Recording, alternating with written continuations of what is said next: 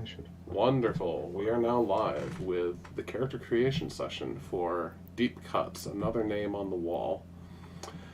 Um, this is a Deep Cuts game that I thought of the idea for, and I thought it was really interesting. I don't know how much is going to end up in the final product of Deep Cuts. I just kind of want to push the mechanics in a new direction, see what the game does, basically. Because this came out of a couple conversations I had with people about the things that open up storytelling wise in games like Emma and Sita when you play with time. And I attend a big historic private university that's connected to a bunch of hospitals. And it got me thinking about, well, there are all these people that have their names on the wall, or they have buildings named after them, and what that does to the people who work in a place like that. Like,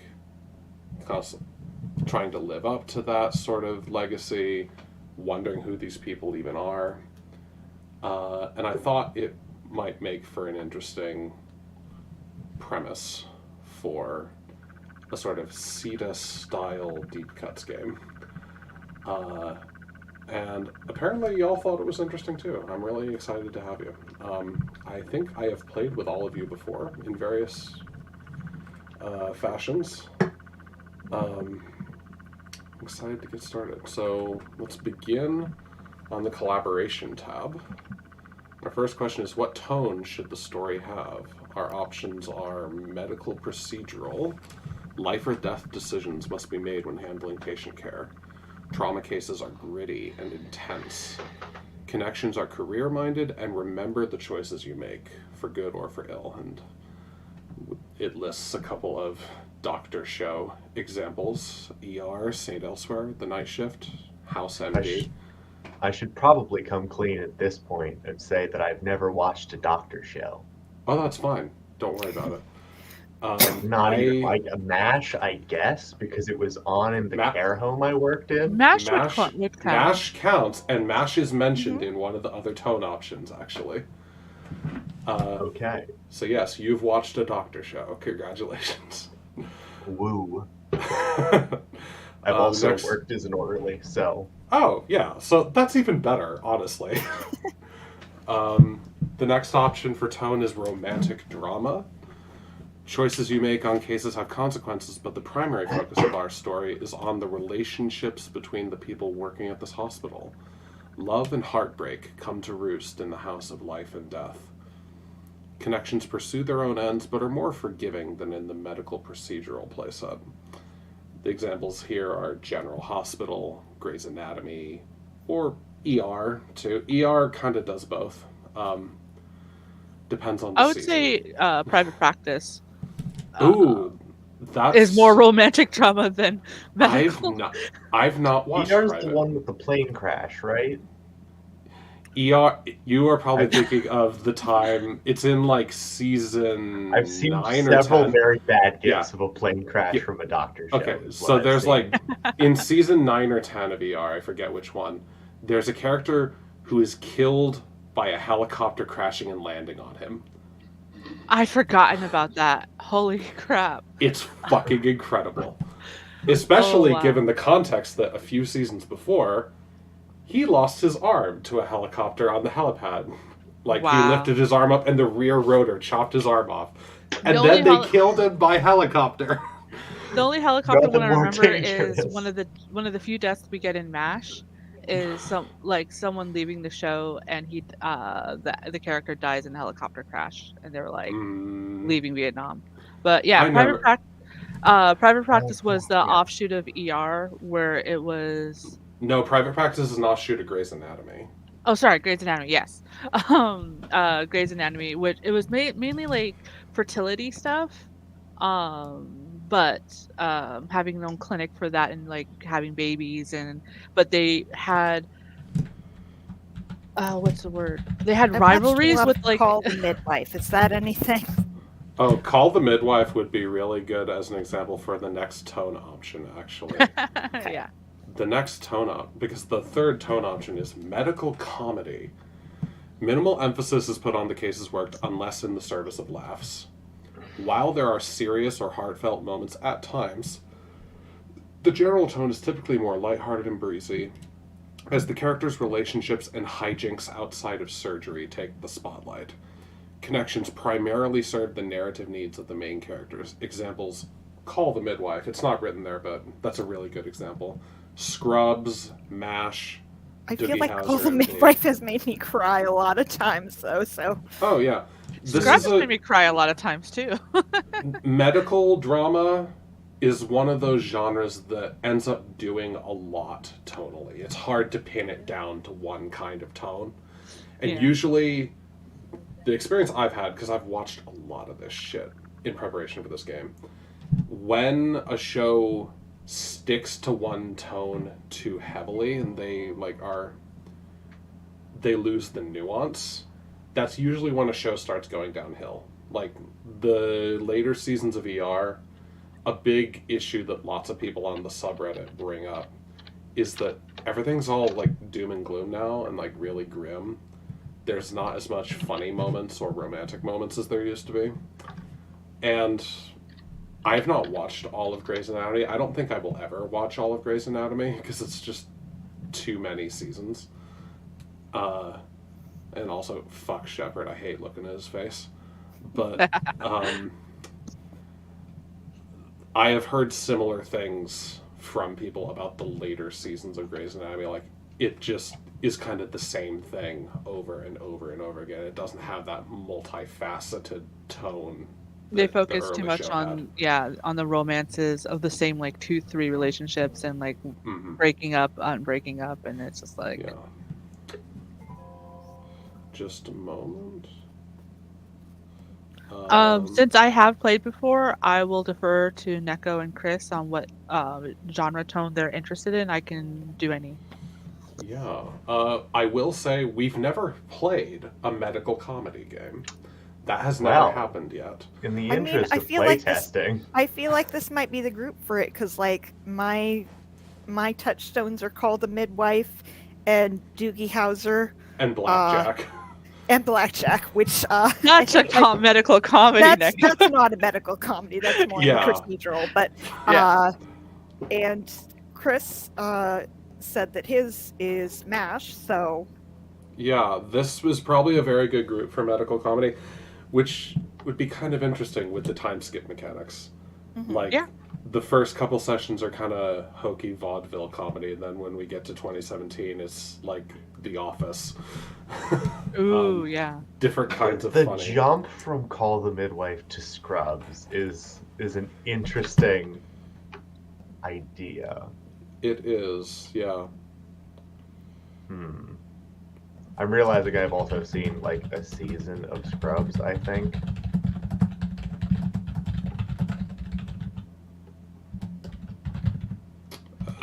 I've only seen maybe a season and a half of Scrubs. I didn't stick with it because I didn't like it. I loved it. I didn't see the last season or two before they got uncanceled, and then I didn't see the offshoot that they did for 2 seasons. Yes. So, with all that in mind, it sounds like medical comedy is our tone. I will say that the previous games that have been more procedural or more romantic drama have not necessarily been locked into that tone, because again, this is a genre that's very complicated. Like, I believe the game that you were in, Diana, we had the tone romantic drama. I think but so, yeah. We still did a fair bit that leaned into medical comedy. Like, there were some very funny moments in that game. Oh, yeah. And we got the procedural stuff, too, because we were playtesting the card mechanics. So, tone in this game is not as rigid as it is in Good Society. So, here's a really important one for this game that wasn't in previous Deep Cuts collaboration pages. How important is historical accuracy? Because we're contrasting 1867 and 2017. And these are just the normal Good Society options. A little important, somewhat important. Very important. I don't know shit about actual medicine in 1867. I know a lot about eugenics and like medical racism from that time period because I was a history major at one point. But Yeah. Okay. Medicine in 1867 ranges from pretty good at making progress on things to, your liver has ghosts in it. Take some cocaine. Okay. It depends on where you are. I have an idea, and I don't know if but hear me out here. Here I'm gonna post a screenshot. So I watched this documentary, and it was really fascinating because it was talking about like the history of like women's medical colleges and such, and how because as a doctor you needed the hospital training, a lot of these schools had the connected like hospital because the more general hospitals were not letting women doctors in because sexism. Oh, sick. What streaming service is this on? I'm looking at the screenshot you posted. Canopy, I believe. Oh, sick. Canopy. I get What? Canopy through my university. what is that? So Canopy is a thing for your library. Yes, I'm a librarian. I love Canopy. Canopy is Both great. the library that I work for and my university that I'm attending library school at offer Canopy. So it's a streaming service that is primarily educational content. So lots of documentaries, lots of miniseries, other kind of independent films that aren't picked up by other streaming services on a wide variety of topics. There's a lot of history stuff, a lot of especially queer history stuff on Canopy. Yep. There's a great one about refuting about all the things in the Catholic Bible that are supposedly anti-gay. It's like, no, you're just misinterpreting what was actually written there. And Yeah. I can never remember the name of it, but yeah, I watched it on Canopy for one of my LGBT classes. But yeah, it's generally free if you still have a connection to either your library or to your university to have access. I might. Yeah. Yeah, it is. You access it via your library card, or Also, via like, your student account if it's one of through a us would be able to university. stream it if you absolutely can't get. Yeah, Yeah, either access to it. either Neko or I still could stream have it if you access wanted to to my have a watch university party. yet. But But anyways, kind of the general gist of this is that there were a lot of like these teaching colleges specifically for women in and around the like 1850s, 1860s. But as the stuff became codified about how you could actually be a doctor, because there used to be a lot less rules about what you had to do to be able to call yourself a doctor. As those rules became codified, which was in some ways a good thing, it was also kind of caused a lot of these colleges to be shut down because they didn't have a connected hospital, and like other hospitals were not letting these women do like residency at their hospitals. But what if we have our women's college that has a connected hospital? I think that's a cool I think concept that if that's actually- something you're interested in. I'm very interested in it because it touches on the other side of the initial inspiration for this game, which is that Chloe, our beloved, whom you all know, and I are good friends. We talk hacking and that sort of thing of good society. And something that Chloe has been really interested in either running with their own group, because Chloe's going to be running the first blind playtest of Deep Cuts in March, or Chloe has expressed interest in me running it, is using Deep Cuts to run Elizabeth Blackwell Society. And that's also of interest to me because I go to grad school in the city where Elizabeth Blackwell did a lot of her work. Like the hospital that I go to for my meds and stuff is on Elizabeth Blackwell Street. So it's of local importance to me. And it also fits in with Chloe's interests in like 19th century feminism and spiritualism and that sort of thing. So when I first posted this game, I sent a message to Chloe saying, "There, I gave you Elizabeth Blackwell Society." With this in mind, another really interesting thing from this documentary, I'm going to post another picture I took, is that there were various women of color who would come, and some of them, they didn't have information about all of them, but there were some women of color who went to the college and they weren't Americans because a lot of women who weren't Americans were funded to be educated in America by religious organizations so that they could then go back and practice in their own country, especially in communities where women weren't able to go to men to get Western-style medical treatment for cultural or religious reasons. So that is another thing. That does sound really interesting, yeah. So in a lot of like overseas communities, the Women's Medical College of Philadelphia, which is one of the main things they talked about, was a better known like medical school than Harvard was. Interesting. So in line with that, it sounds like very important or somewhat important is where we're going for historical accuracy.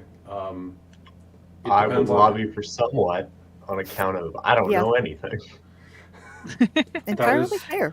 That is reasonable. I'm willing to learn because this shit is wild. I think somewhat is probably the best approach.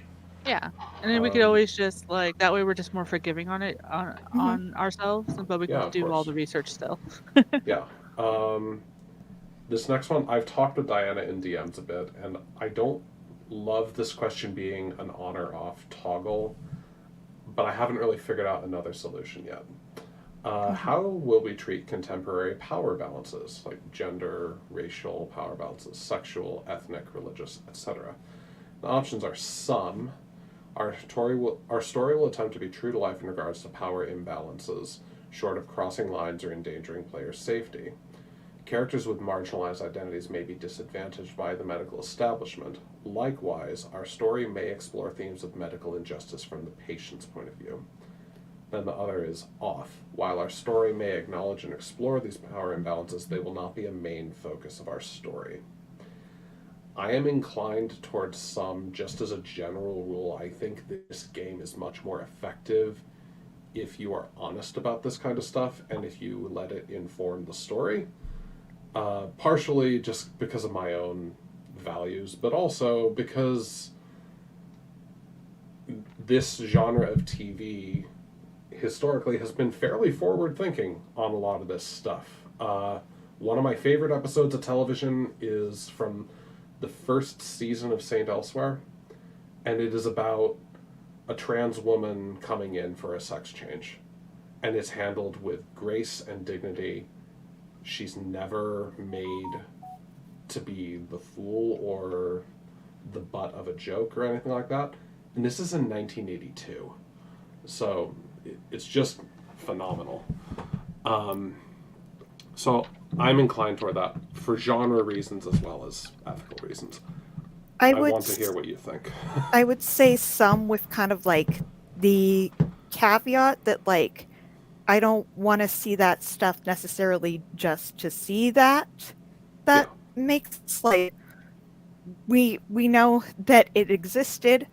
We can like assume that it existed. So if we're like seeing it on screen, I would prefer for it to be for like a plot reason and not just because we need to check our box that racism exists, you know? Yeah, for sure.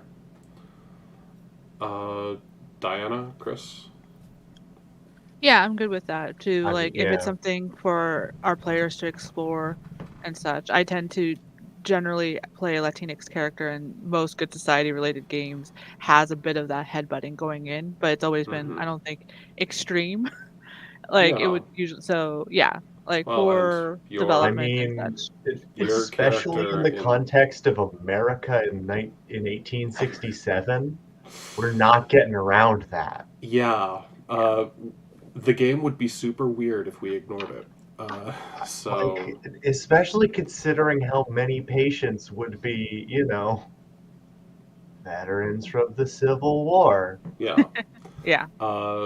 that is something I explicitly had in mind as well when choosing the years. So yeah, and if in case it is not obvious from the blurb I wrote for the sum option, any lines or veils that we set obviously take precedence. Mm-hmm. So yeah.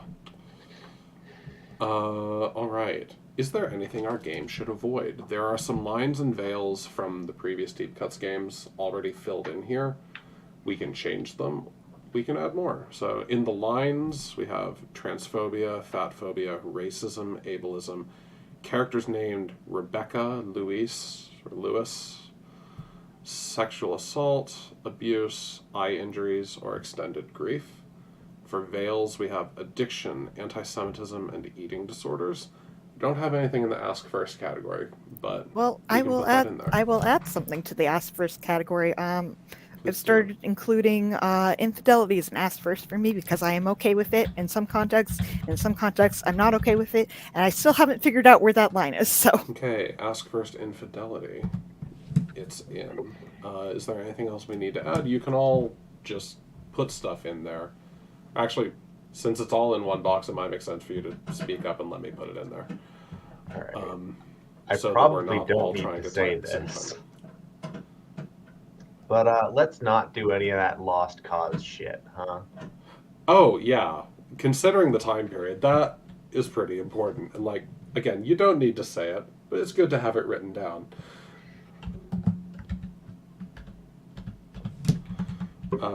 Thank you. I had not even thought of that.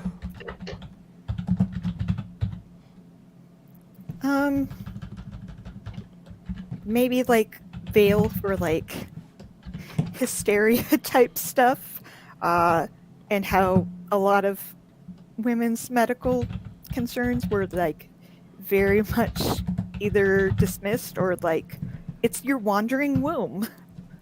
Yeah, okay. I've added a veil for hysteria/medical sexism. Yeah.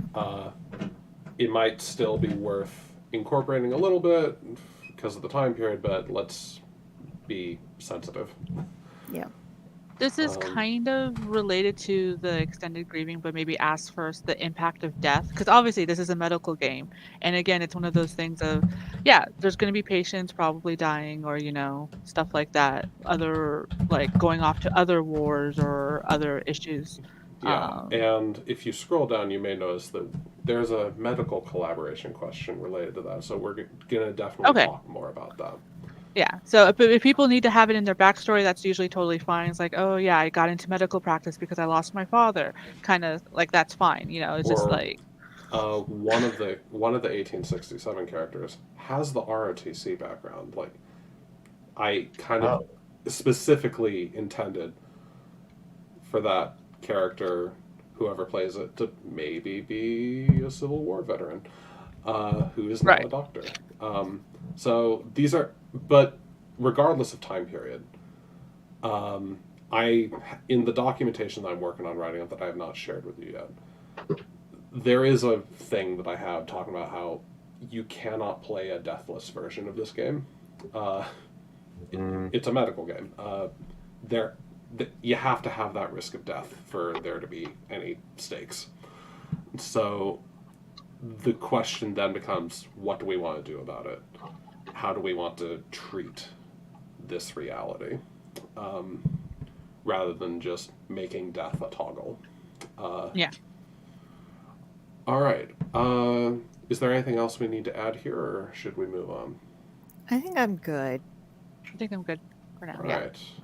And we're going to be checking this at the beginning of every session, so if something comes up that you want to add, please speak up.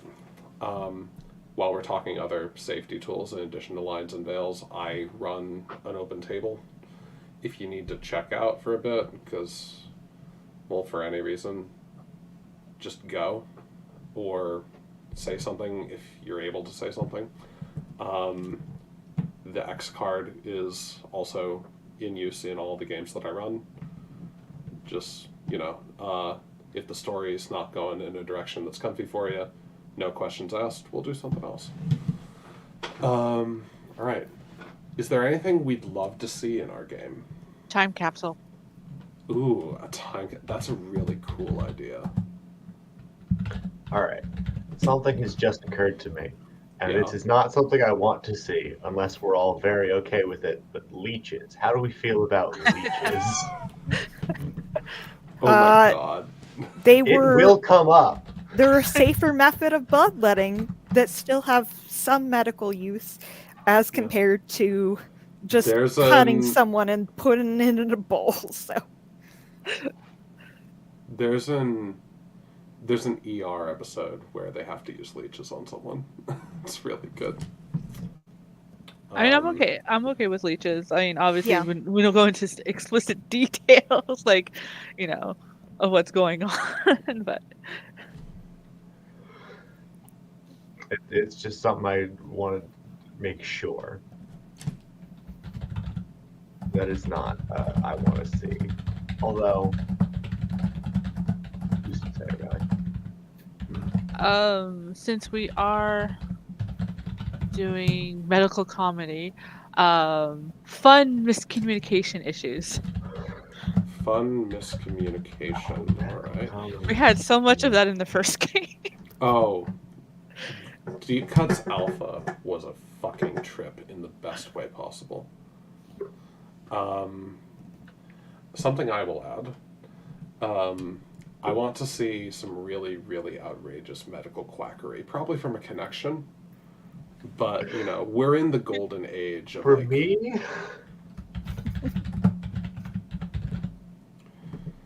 I already know what connection I'm going to make. I don't even know what character I'm making. I Do already we know all one. play different quacks? Because, there's some absolute all-time shit going on in the field of scams in 1860s medicine. This is for when we get to the modern part, but I'll say it now so I don't forget it. I would love to see hospital politics and fighting against big pharma. Nice. Oh, thank you for reminding me modern. Can we have lines on pandemic when we get into? Yeah, let's add a pandemic line. And 1867, because yellow fever's going the fuck around. Yeah. Because 2017, isn't that when swine flu happened? 2017 was a few years after swine flu. Oh, okay. No, but there was, I think the Zika was 16, Zika 17? Zika was 2016, 2017, yeah. Yeah. Hard to keep track now. Yeah. Okay, so is there anything we'd love to see in our game? We have a time capsule, leeches, fun miscommunication, medical quackery, hospital politics, fighting against big pharma. Honestly, if you take the big pharma part off that could still apply to 1867 because we're a relatively newly founded hospital. Yeah. All right, I've got one. So politics definitely apply, especially if we're tied to a university. I love fake politics. Real politics, get that out of here. Fake politics, yes. But especially if we're tied to a teaching hospital or a university in the way that Neko has suggested. Yeah. You gotta have that.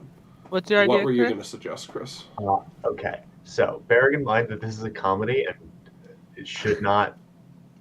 I trust all of you generally enough to make this suggestion, but I really want to see disability representation and amputees, PTSD, all the stuff that we're learning about for the first time in 1867. Yeah, I think that is a good thing to add in there. Okay, if it's all right with everyone, I'm going to move on to medical collaboration now. I think we've got a good place to start in that section. Okay, what level of medical accuracy should we strive for? This used to be the same options as the historical question, but the Excel sheet didn't like 2 questions with identical options, so I had to switch them to low. We'll do the best job we can, but story is much more important than medical accuracy. Mid, We'll try to get it right where it counts, but we'll never stop the game to find out a medical fact or technical term. Or high. We commit to arming ourselves with knowledge ahead of time to enable more accuracy in depicting the cases our characters take on. I'm not reading the full blurbs because they're identical to the historical ones with minor tweaks. Right. It sounds like mid is where we want to go. Yeah. Because we want to dig given... into details, but we're not going to be LARPing as our characters. If anyone feels differently, please speak up. All right. Now we get into some of the really fun original questions. What kind of medical institution does our story take place in? This first one that's already set to Legacy of Excellence has not been used very much in the playtests. This hospital has a storied past of producing the finest physicians in the country. You're not just doctors, you're educators and researchers. This institution's commitment to medical learning is key to its survival and continued funding. We also have sleek and cutting edge. Your hospital is the best in the city, county, tri-state area, whatever geographic description. Your patients have access to the highest quality of care, but with that comes pressure from administrators and donors constantly peering over your shoulder to make sure the status quo isn't rocked too hard. And then, second tier and soldiering on. Perpetually underfunded and understaffed. You may not have the flashy equipment or the nationally famous faculty that the hospital across town has, but you work twice as hard as they do, and you make sure everyone knows it. These last two, for second tier and soldiering on, think ER. For sleek and cutting edge, think Grey's Anatomy or New Amsterdam. Legacy of Excellence was kind of explicitly meant to be based on St. Elsewhere. I think that is the one that maybe works best for this kind of legacy game we want to play. I'm open to hearing other arguments. So here's the thing, is that we have the opportunity to play Legacy of Excellence in 2017 and choose a different one. Oh, a different one in 1867. Yep. I had not thought about that, and I like that a lot. So we're going to commit to Legacy of Excellence for 2017, but what do we want? I'm good with that. What do we want our game to be in 1867? Are we... If we do sleek and cutting edge, I immediately think steampunk. If we're going to do comedy. Well, no, sleek and cutting edge in 1867 would be shit like... New leeches, not old leeches. Boston. Yeah, Boston, new leeches, the first experimentation with diet therapy for epilepsy. Shit like that. Yeah, this is a really big city research hospital in Boston or New York. For second tier and soldiering on, we could still be in a larger city, but Yeah, we're not Johns Hopkins. We're maybe we're originally we're University of Kansas. Yeah. Or we were originally I do built think up there's for... kind of sorry. Oh, no, go ahead, Neko. Well, I do think there's kind of an interesting way to do something that's between a couple of these, because of the if we go with what I was talking about from the documentary, these hospitals did have really great reputations overseas, because these medical colleges, because as I said earlier, but I feel like it would kind of be derived a little bit by some people in America, which is where I assume this is taking place, just because it is a hospital where the doctors are mostly going to be women, and maybe we're doing our best, but we don't necessarily have the same amount of funding for that reason. Yeah. So I'm going to set it to Legacy of Excellence, because it sounds like that, even if our reputation is not established yet in 1867, we want to play it as if well, how are they getting that legacy? How are they earning it? How are they... We're going to be laying the foundation for 150 years on. All right. What should the ratio of action to drama be in our game? We have a couple options here. The first option is Splatterfest. Our game will prioritize action over relationships and drama. Characters spend much more time in the OR and consulting with patients than dealing with petty personal squabbles.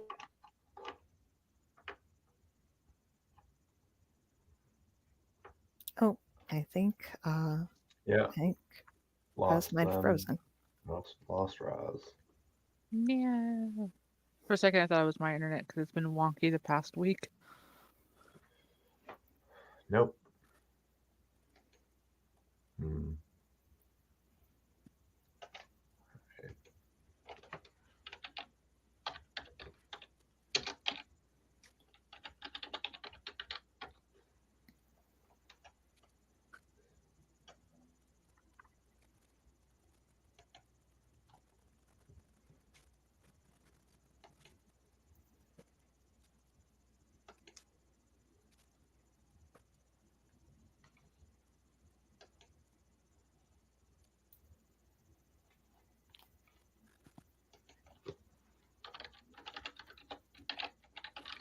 So, Neko, how tempted have you been by the designer Sailor Moon shoes? Um, they're very pretty, but I sometimes have sensory issues with shoes. I just don't Autism is believe they'll autism, come. so Yeah, I just don't believe they come out in my size. Not that I'm a big foot person, but generally. yeah. Because, oh my God, to have the Jupiter ones. Even if I never wore them. Just, or at least wore them practically, you know. They're very pretty. They are.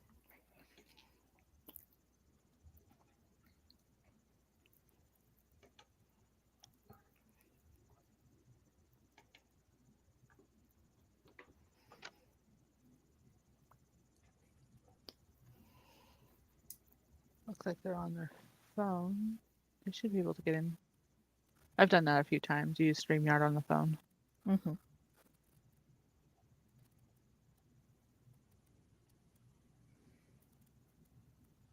Wow, housemate.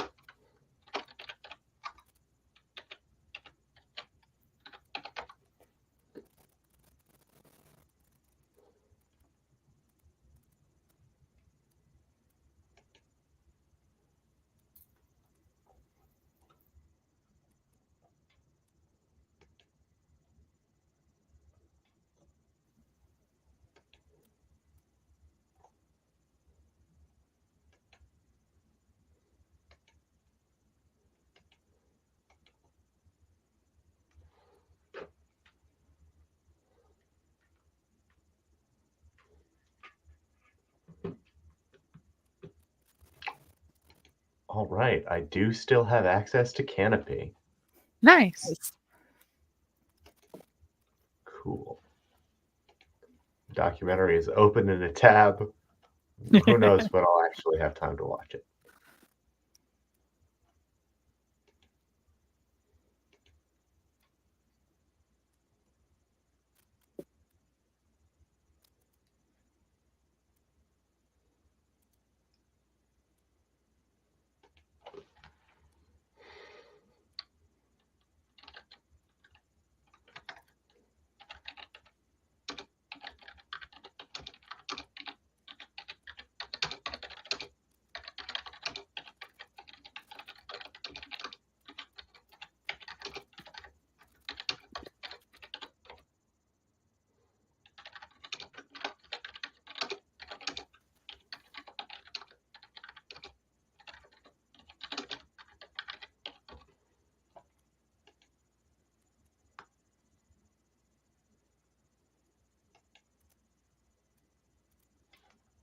All right, I'll BRB.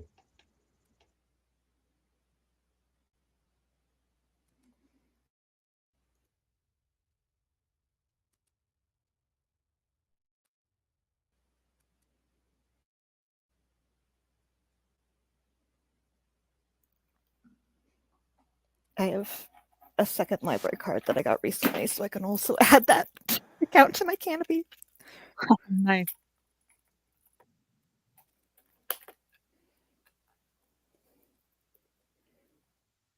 I'll have to remember. I had a Canopy account because originally Canopy wasn't part of our city college. It was the documentary teacher who had paid for it. And then finally the university got it, and so I'll have to double check on that. I know I can get it through the public library also.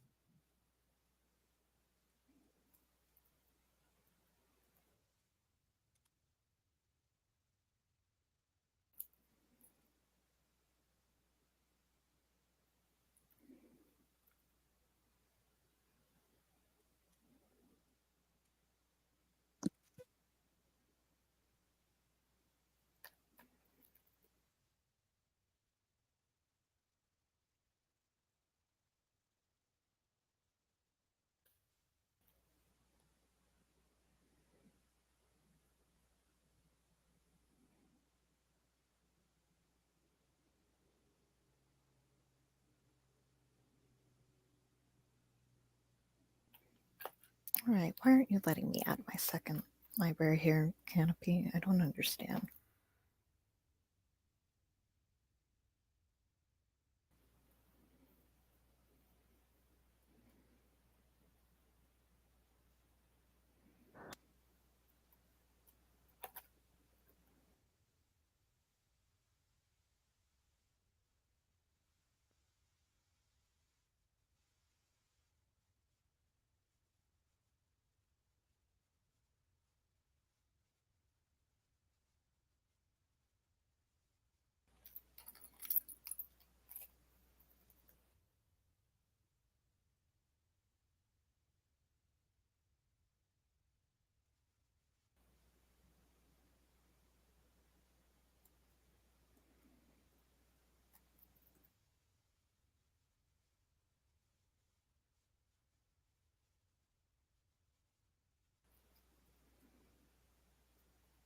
All right, now I have both of my libraries on there. Nice. Portland lets you get library cards from both Clackamas and Multnomah counties if you live in one or the other. Oh, cool. So that's nice. So now between the two of them, I have 15 credits per month. Brilliant. Mm-hmm. One of the manga journalists I followed just went by the Jimmy Choo store in Japan. Let me share this. Hold on.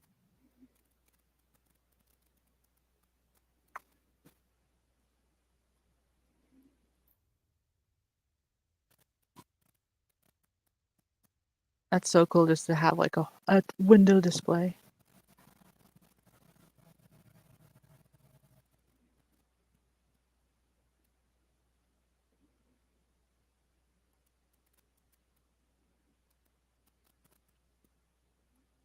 It does look like they might make it big enough sizes. I know I wouldn't be able to ever get the Sailor Moon boots because, like, even in America, boots they don't come in my calf size.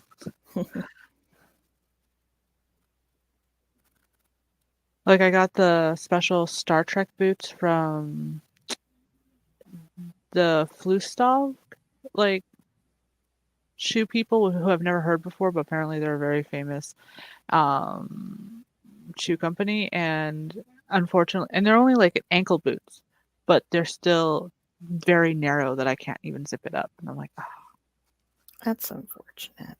yeah.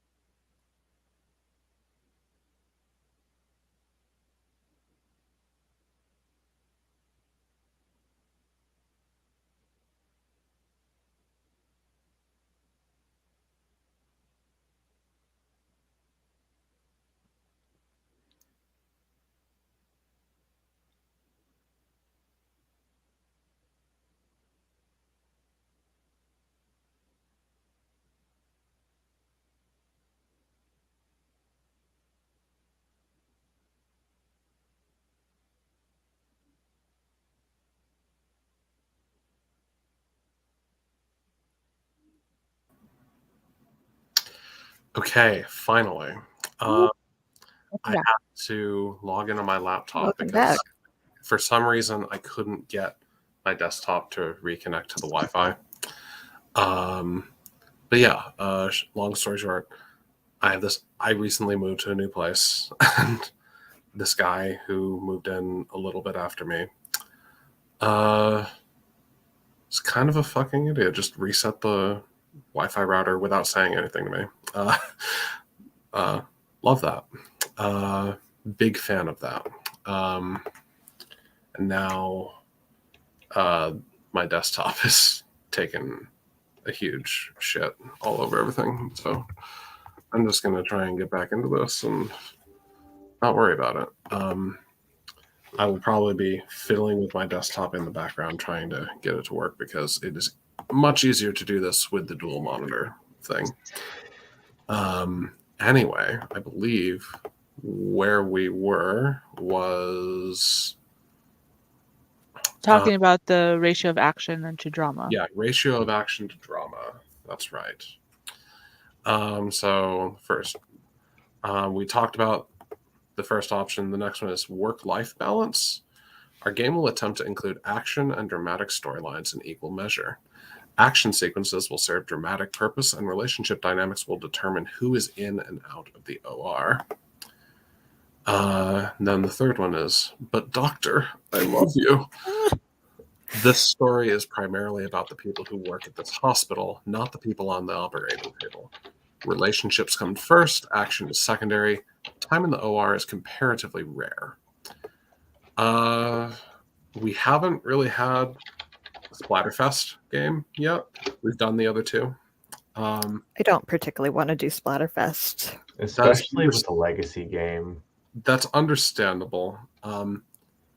I do at some point need to do a playtest with the Splatterfest option on because that will really incentivize people to use the card mechanics more. Mm-hmm. But I think we can still get some good testing of the card mechanics without it.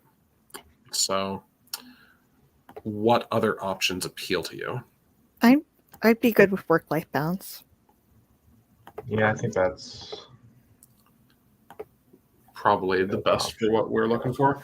Oh, wonderful. My desktop is connected again, so I will probably be switching back to my desktop momentarily. Okay. After we finish collaboration. Yep. In the meantime, you get a wonderful other camera angle of my new bedroom. What should our game's scope be within the hospital? We have a couple options here. We have the entire hospital. Our game will not limit itself to any particular part of the hospital. Any department that may be relevant or interesting to the story can come up.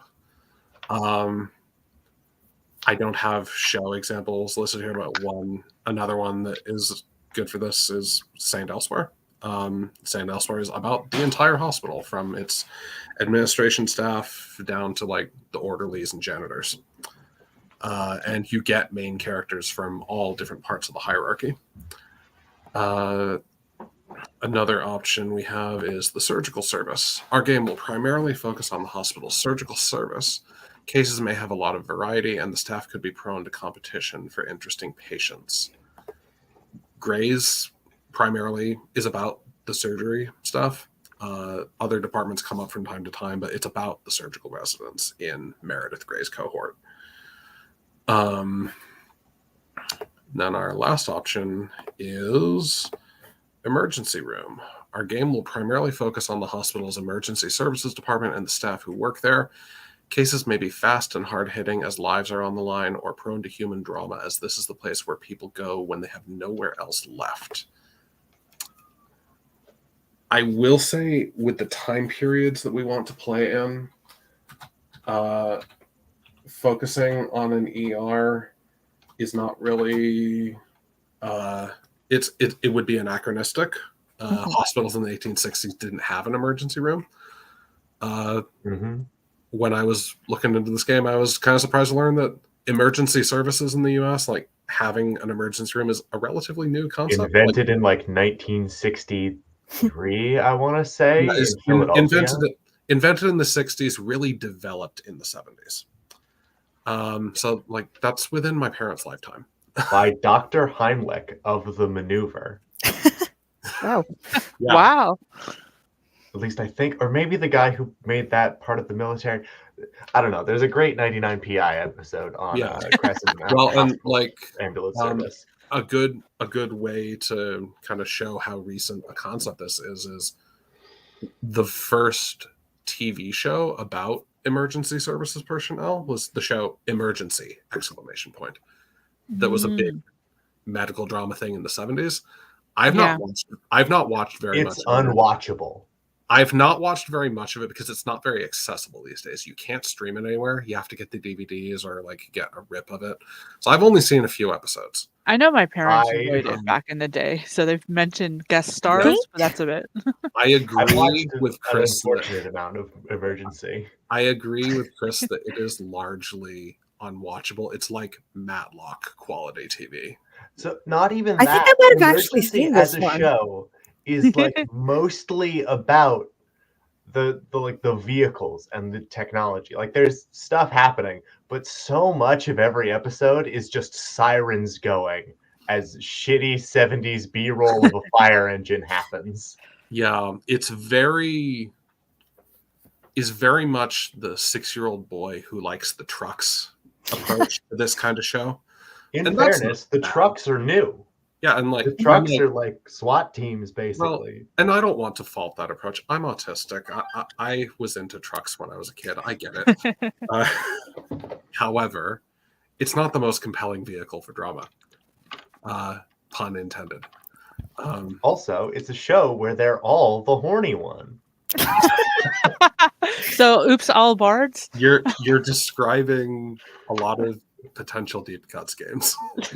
Like Deep Cuts Alpha. Yeah. I'd be interested in but horny doing the like whole a 1970s hospital man. for like same. Especially if we're talking about the legacy of this institution, I think incorporating the whole hospital makes sense. Yeah.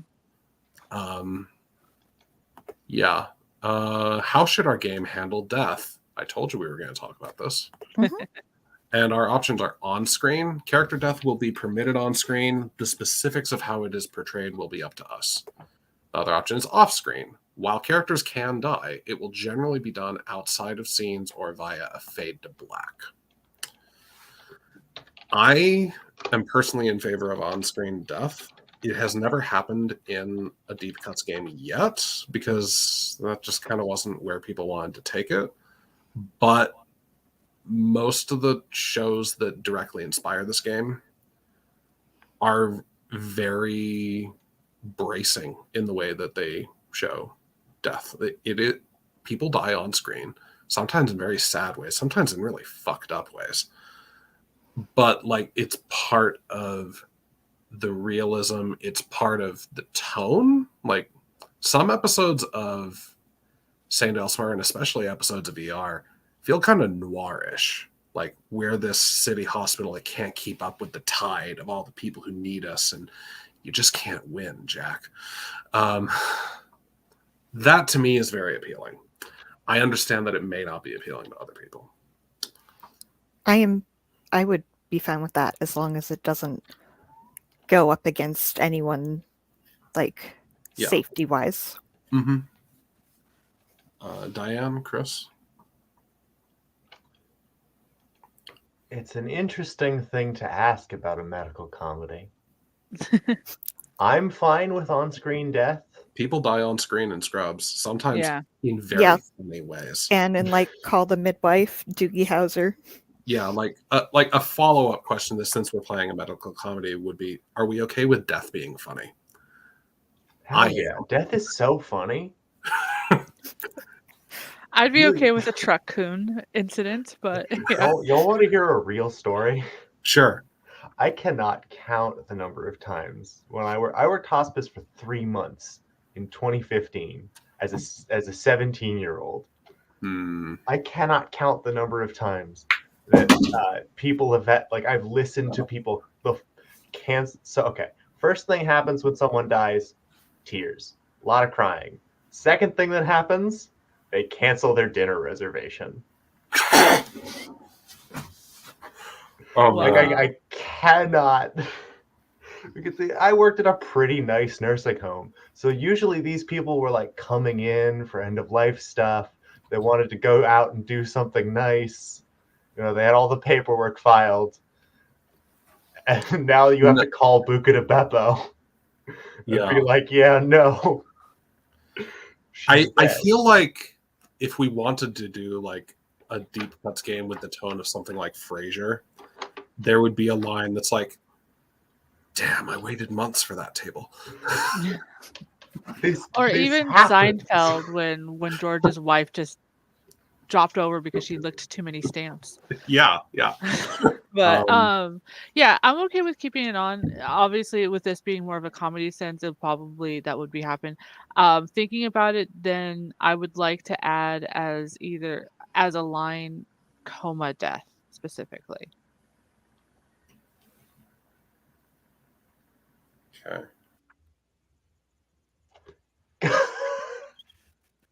I know they're switching over, but that was funny. Sorry, I apologize. If Roz is here for 15 minutes, we're legally allowed. Okay. All right. Thank you for your patience with that weird transition. But it's all over now. The double rouses can't hurt you, I promise. But yeah, so it sounds like we're good with on-screen death, largely. Just, keeping lines and veils in mind, but also keeping the tone in mind. It does say that cases are primarily in the service of laughs, and that could include cases where people die. Yeah. Another thing that I want to distinguish, because this is the first game that has that collaboration question. A reminder about the medical drama genre. It's not just patients who die. There are also episodes about like main cast doctors dying for reasons unrelated to medicine, or sometimes they become a patient and they die really horribly. So it's not just the connections that we're talking about. We're also talking about the main characters. If that is a direction you end up wanting to take that's something I felt that I needed to clarify. Like, we're not just talking about the cases. There are some wild episodes of Grey's and ER and St. Elsewhere. The holy trinity of the shows that inspired deep cuts. There are some wild episodes where some of the doctors just die for weird, stupid reasons, like a helicopter falls on them. Or they get shot because somebody finds out that they were a serial assaulter and decides to take revenge. Stuff like that. Just, this is a genre where you're allowed to get surprisingly wacky. So, the final thing, for those of you who have not played Deep Cuts, Neko and Chris, there's an extra class of connections in this game called Patients of the Week that cycle out from time to time. You may have seen this in the documentation I shared with you. This is meant to represent the teeming sea of people that come in and out of the hospital all the time, like folks who are there just for a storyline that's in this one episode, or in like this couple of 3 episodes. So they're the patient of the week. And there's been a lot of questions in the previous games of how frequently should we cycle them out, and basically we can cycle them once per novel chapter or once per cycle of play. It just depends on how much time you want to spend with these connections.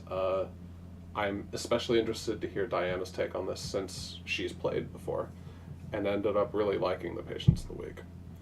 Yeah, we did it once per chapter, right? I believe in that game we did it with once per chapter, not once per cycle. Yeah, so I mean, I think that was interesting. Considering that we're doing this time skip jump, it makes sense to keep it to once per chapter. We did do exceptions where one patient stayed a second chapter, and I forget what we had discussed. We had kept one particular patient around longer because there was more story that folks wanted to do with them. They were also just really funny, so we kept them around. If memory serves, I believe this was like an older lady who had some undetermined problem. Yeah, the matchmaker, right? Yeah, and she was like a matchmaker sort of figure who was kind of the non-PC meddler, trying to push the doctors together. Oh, you're so cute together. Who cares if you work at the same hospital? Yeah. And I think like after we had discussed like maybe using a resolve token as to keep the person. Like that was something we had talked about. I have not written it up formally yet. Yeah, so my vote would be once per chapter we switch it out. But obviously I'll go with like majority of what people are interested in. Chris, Neko, do you have any thoughts on this? I'd be interested in hearing Chris's take since you actually have experience in the medical field. No, I have experience in end-of-life care, which is very different. Yeah. Mm-hmm. I would kind of lead more towards once per cycle, just because that is the type of person I am. I like being indulgent, but I'm fine with once per novel chapter as well. This is a 6-session game, yeah? It was going to be 7 sessions, because like 1 session for character creation and then 6 sessions of play. So we might end up having to schedule an extra week. But yeah, it was meant to be a 6-session game, 3 with the 1867 crew and 3 with the 2017 crew. See that? Excuse me. That makes me more inclined to do it more frequently, I think. Because then we get more historical patience, but we might... I don't know. I'm also totally up for once per cycle of play. Really get to know these. Let's leave it at once per... Patience. Let's leave it at... It sounds like people are interested in trying it once per cycle. So let's go that route. And then if we run out of stuff to do with these connections, then we could revert to once per chapter. All right, that's collaboration done. So, if you want to join me in the hospital info tab, that doesn't look as pretty as the other tabs, I'm sorry, but, you know, I'm in grad school.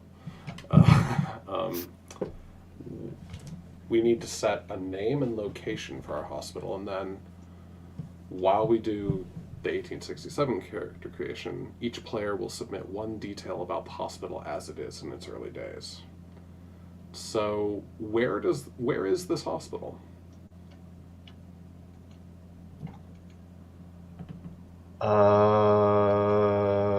I'm kind of feeling like Philadelphia or Boston, somewhere like that. Yeah. Okay. Probably Philly, because they would be closer to... Yeah, okay. Political Let's go with faults, as it were. Yeah. Nothing wrong with the New York hospital either, except, that it's in New York. Spoken like a true New Jerseyite. That's not what we're called. Okay, what are you called? Sorry. You're either a Jerseyan or you're just from here. Okay. Good to know. What's our hospital called? St. Lawrence. For the patron saint of comedians. Okay, let me get a different patron saint of comedians. If I recall correctly, Lawrence is the one who was martyred by roasting over a bed of coals and said, "I am done on this side, you can turn me over." Wow. So he's the patron saint of comedians and chefs. I like the idea of it being St. Lawrence. We could do that. Yeah. Apparently the other patron saint of comedians is St. Genesius. But I like Lawrence better. I like St. Genesius better, because like St. It might be because of the part of the country I'm from. I associate St. Lawrence with like French Canada, that sort of thing. Yeah, that makes It sense. seems like a weird place name for Philadelphia, but Different St. Lawrence, I think, but yes. how do you spell Genesius? I'll post Did the I thing. did I well check the tab? Did I spell it right? Yes. Oh, excellent. I guessed Anyway, right. Awesome. here's the thing. Oh, wonderful. Genesius of Rome. Interesting. Okay, interesting. Oh, he's also the patron saint of people with epilepsy. Hey, So, we did it. yeah. So that works. And Good enough for cinema for some reason. I don't know. Hey, Oh, geography's okay. weird. All right. St. Genesius Hospital.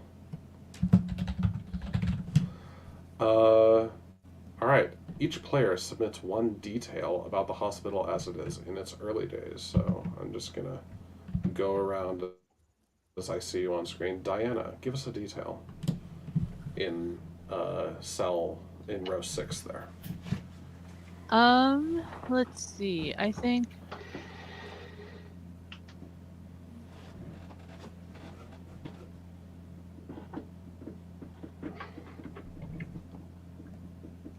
think there's a courtyard with a small hedge maze. Interesting. Ooh, one of those. Yeah, someone built it for a therapy at some point. This will cure your epilepsy, right? Well, we don't know that it won't. Okay, Chris, give us a detail. Oh, God.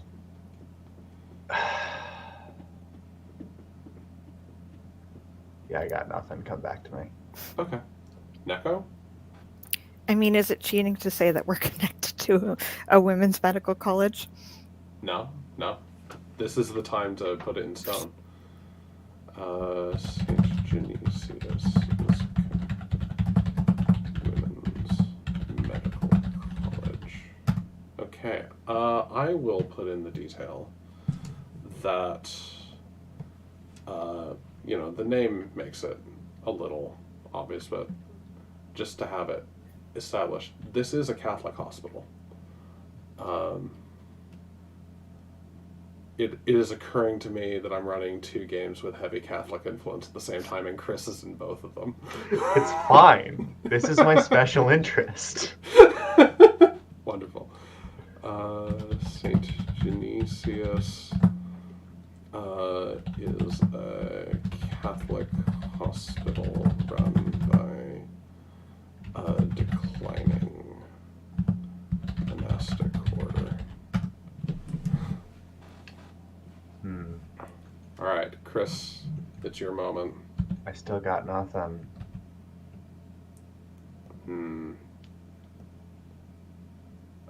The hedge maze is so good. You can come back. You can come back to it after we do character I'll creation. just keep thinking. Yeah, just keep thinking. So, before we proceed with character creation, I wanted to ask y'all.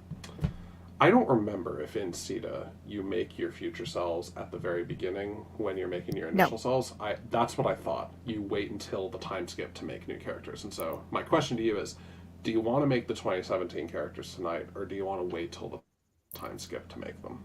I think personally it makes more sense to wait because we're going to learn more about this hospital and what its values are and like the type of people it venerates. And that might change the type of, the type of people who end up coming to work at this hospital in the future. Yeah. Because I feel like the hospital is kind of a character of its own. Oh, definitely. Yeah. If you ever did like a sequel game, if you ever do like a sequel game with this hospital, then that would be a fun reverse because we already have established things, and then we were looking at a different team, like maybe a year later after, like 1868, kind of thing. Mm-hmm. Yeah, or like any kind of smaller time skip, like 2017 to 2020, that sort of thing. Yeah. Now that's a Splatterfest game right there.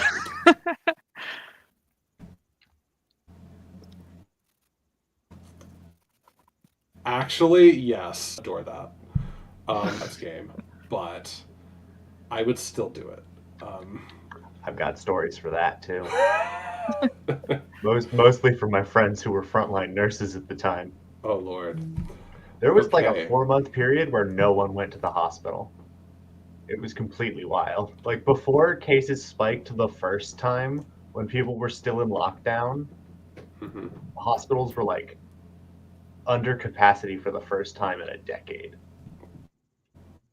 That is kind of scary. Or at least emergency departments. Because it was literally just like Yeah. injured kids, and that's it. Hmm. Well, let's proceed to the 1867 characters tab and start with character creation. These are a mix of new desires and desires from the base Good Society set. The relationships are also a mix. The roles and backgrounds are all original. The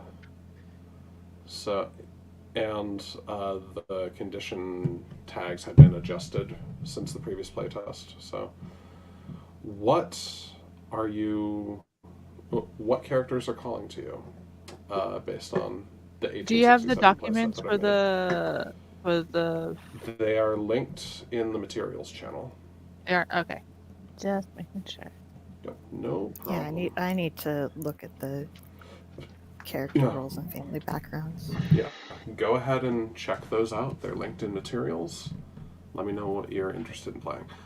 The one thing I will say, one role that is not present here intentionally because I need to finesse it more. I've also talked with Diana in DMs about this.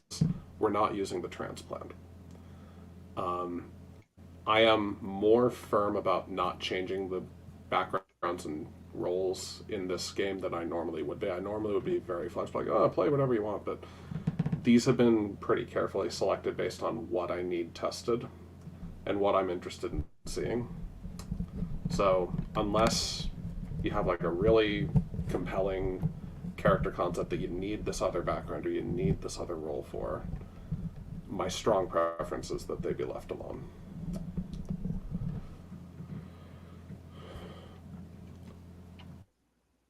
That felt weird. What even is an 1867 yuppie? Like a Quaker? 1860. Nah, like just someone who's like upwardly mobile and middle class. The terminology was made very much with like 80s and 90s doctor shows in mind. And so it is weird in 1867 to use that term. I agree. I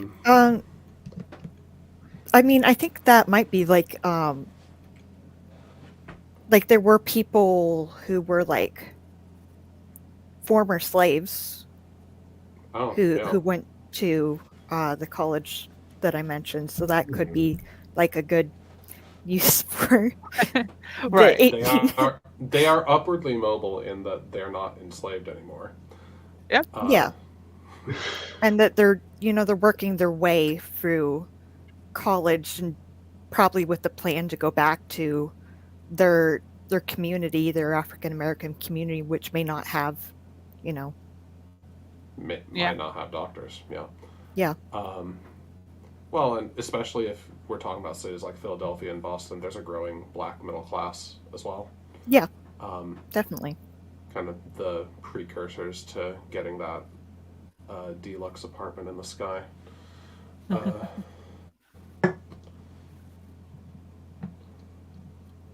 I need to finish that sitcom playset really badly, so I can make more Frasier and Jefferson's references. I'm just happy someone else remembers Jefferson's. Hey, the Jeffersons rocks. It's really, really good. Yeah. Never heard of it. You're young. I realized how young you were when you mentioned when you started working, and I'm like, fuck. Yeah, it is. Yeah, no, sorry. I'm in my 20s.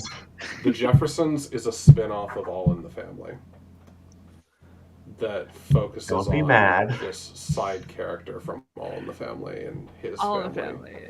Yeah, it was a 60s I have show. a follow-up question. Don't be mad. Sure. What is What's All in the Family? Family? All in the that Family was more forgivable.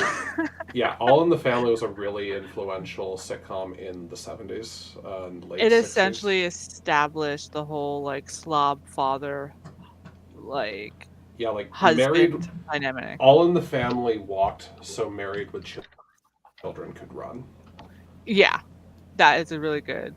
But yeah, the Jeffersons was a black family who finally got to make it and be rich, and so that back in the 70s, that was having an apartment complex um, in the sky, which is the reference Raz made, and dealing with having finally gotten upperly mobile and how to be like that. Let's see. I'm still me looking at the cowboy royal. Ah, yes, blackjack. You could, look for Alpha. I made Raz do Kirk McCoy Star Trek dynamic. So if you want to do a blackjack inspired character, don't tempt me with this. If I don't know if anyone here is as much of a nerd about ER as I am. I'm on my third or fourth rewatch of it, which is saying something because it's a 15-season show. But most of the roles were explicitly based on specific ER characters. If this means anything to anyone, the cowboy is Doug Ross, George Clooney's character from ER. So that means something. Again. Yeah. George Clooney got his start on ER, and the cowboy is really explicitly based on his character. You could also say that an influence for the cowboy was Howie Mandel's character on St. Elsewhere. He played this kind of goofy, has trouble playing by the rules ER doctor. Although the slacker role is also really influenced by Howie Mandel's character in St. Elsewhere. We have a slacker in 2017, so I'm looking forward to that. Nobody's played a slacker yet. Oh, don't mind if I do. No, never mind. I'm not funny. Yeah. Chris. Not to the fact, Roz, the fact that I can devastate you specifically does not mean I can make jokes. I just, not to put you on the spot or put you on blast or anything. In the recent games that I've done over the past couple of months, you are probably one of the funniest motherfuckers I've played with. Your standards are low. I regret to inform you.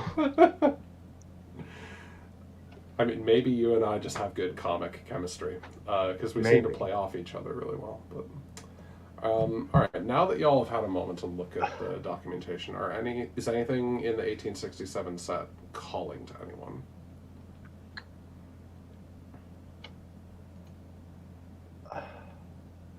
The cowboy yuppie seems popular.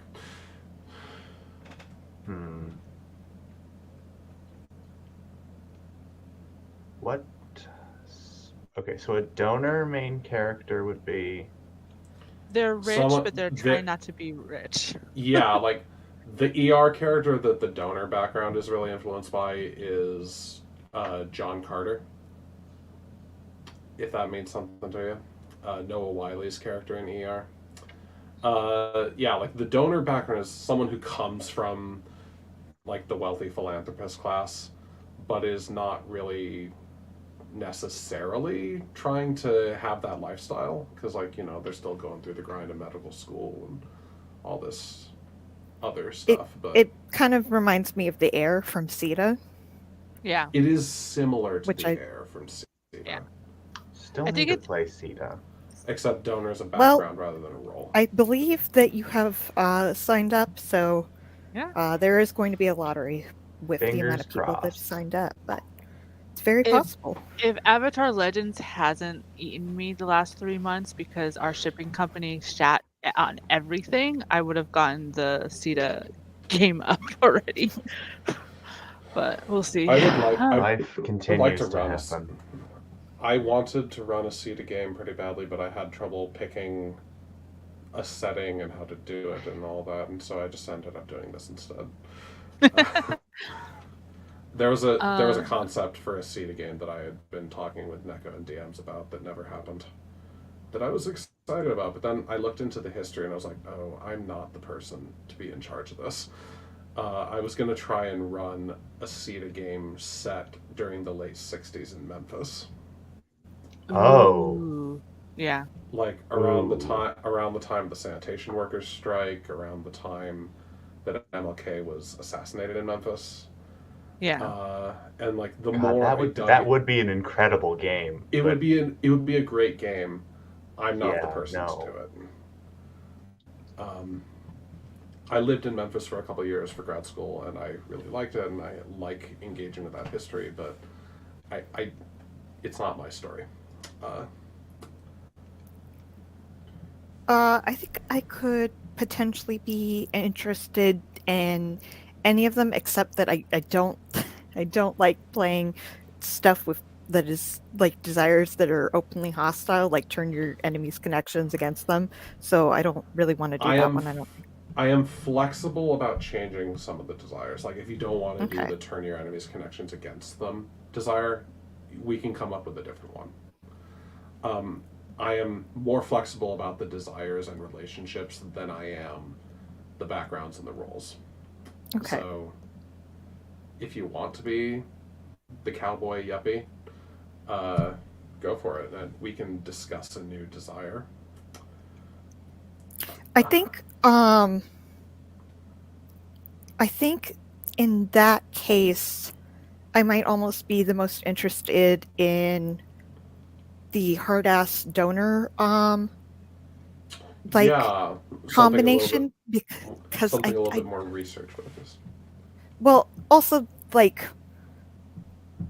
the Heir is a role in CETA that I love, and like I'm currently rereading the book that inspired that role. So Okay. I kind of have feelings around that at the moment, where like I think that might be interesting to be someone who was like born into this wealth and is like, okay, no, I want to do something good with this wealth and the money that I have been given and all my advantages in life type thing.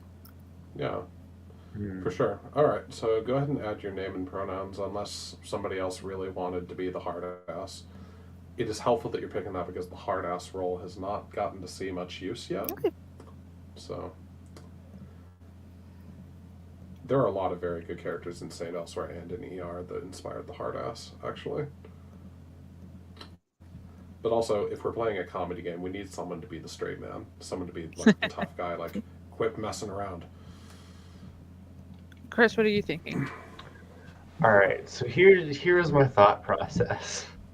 I of the options presented, I am most drawn to caregiver ROTC, but I've played too many sad boys recently, I feel. You are playing the saddest boy in the Maison de Corvo game right now. And the Civil War veteran stroke doctor is not going to be a step up from there. No, that is competing pretty hard with Casimir for saddest boy.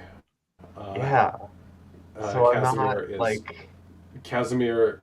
For context, those of you who are not familiar with the thinly veiled game I'm running in colonial Quebec, Chris is playing Casimir Corriveau, who is the displaced heir who is struggling with being a werewolf.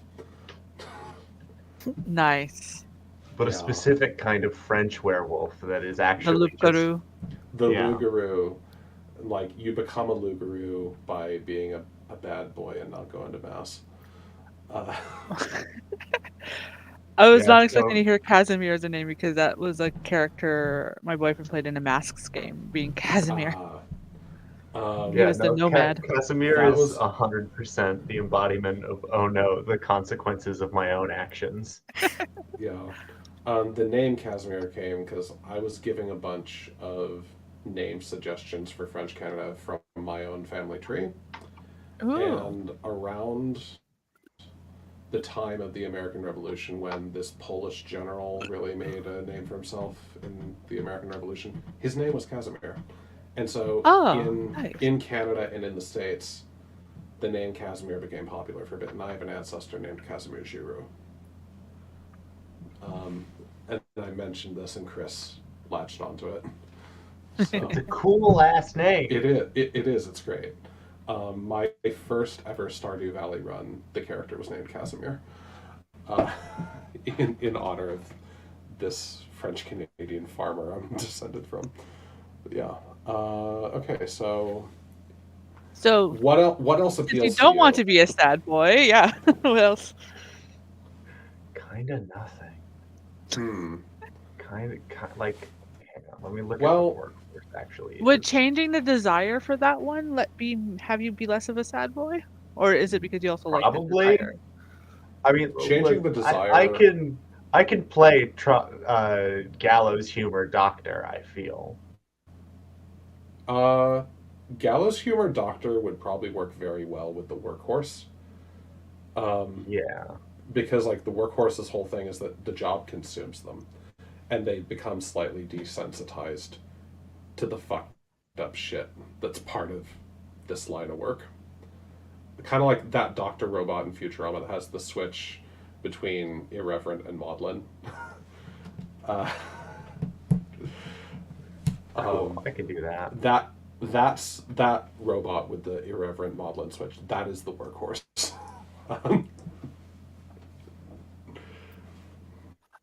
For this playtest, are you also playing a character, Raz, or just facilitating? I am also playing a character. Okay. So I will pick after y'all have picked. How would you feel about me changing my work, my desire to find a work-life balance that's sustainable? Because I think that's a good one. We've used that desire in previous Deep Cuts games, and it is very, very satisfying.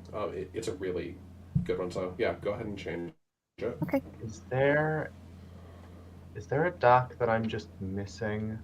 So at the bottom of the Deep Cuts backgrounds, family backgrounds document, there's also desires. Okay, I don't see family doc. It's underneath characters role that didn't get named properly. Cool. Yeah.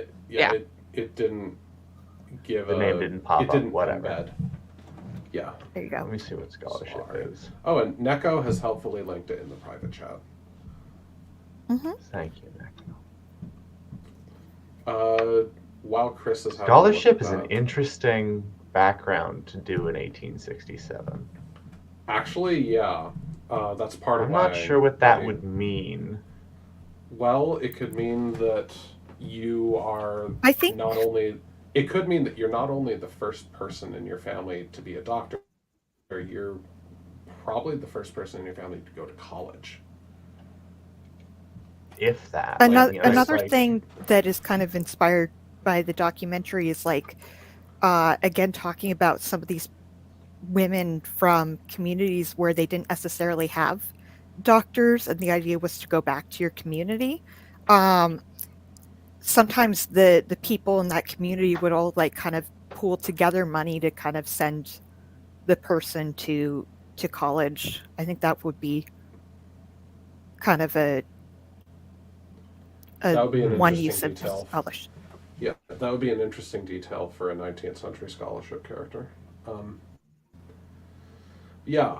I made the backgrounds largely based on class because they are based on class in Good Society, but also because the way that medical drama shows deal with class is honestly very interesting. There are little kind of sub-storylines in ER and in Grey's Anatomy that talk about, well, I'm strangling under all this student debt just so I can do this job I love. And then that'll be contrasted with a character like John Carter from ER, who doesn't have to worry about paying student loans because he comes from this ridiculously, obscenely wealthy family. And that really colors what kind of doctor they become. If you come from a scholarship background, you're constantly weighing the negatives of this line of work you've chosen with, is it worth all the money I've put into this? So like that was the reasoning for the backgrounds being money and class based as much as they I mean, were. it makes sense. Yeah. I'm not even Or working for in the like medical my field. background, I'm already thinking I might create a mother who is, a socialite and not too into the idea of her daughter becoming a doctor. Like, hey, come on, honey, like you need to find a husband, and Yeah. because I think that is kind of an interesting. Nobody's gonna marry you if you have bloodstains on your dress. Working all hours of the night. Come on. Yeah. Diana, what's speaking to you? In between the caregiver ROTC or the cowboy yuppie. Wonderful, wonderful. So yeah, I'm just kind of thinking which. Again, I'm kind of like Neko, with the whole enemy thing. Like I find like with rivals, I tend to be very bad at keeping the rivals things going or being active with it. It's because the rivals to lovers trope has poisoned your brain. No, we maybe, have this but whole, we No, have because this. you're Maybe you just capable feel of a little communicating bit like bad an about adult. being mean, like I do.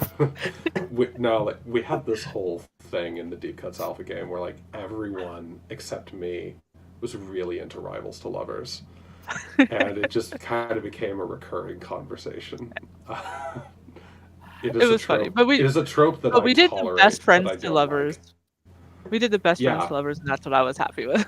Yeah.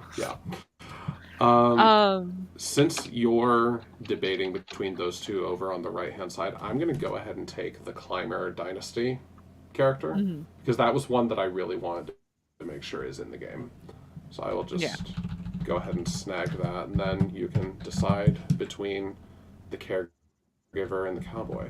God, that sounds like a romance novel.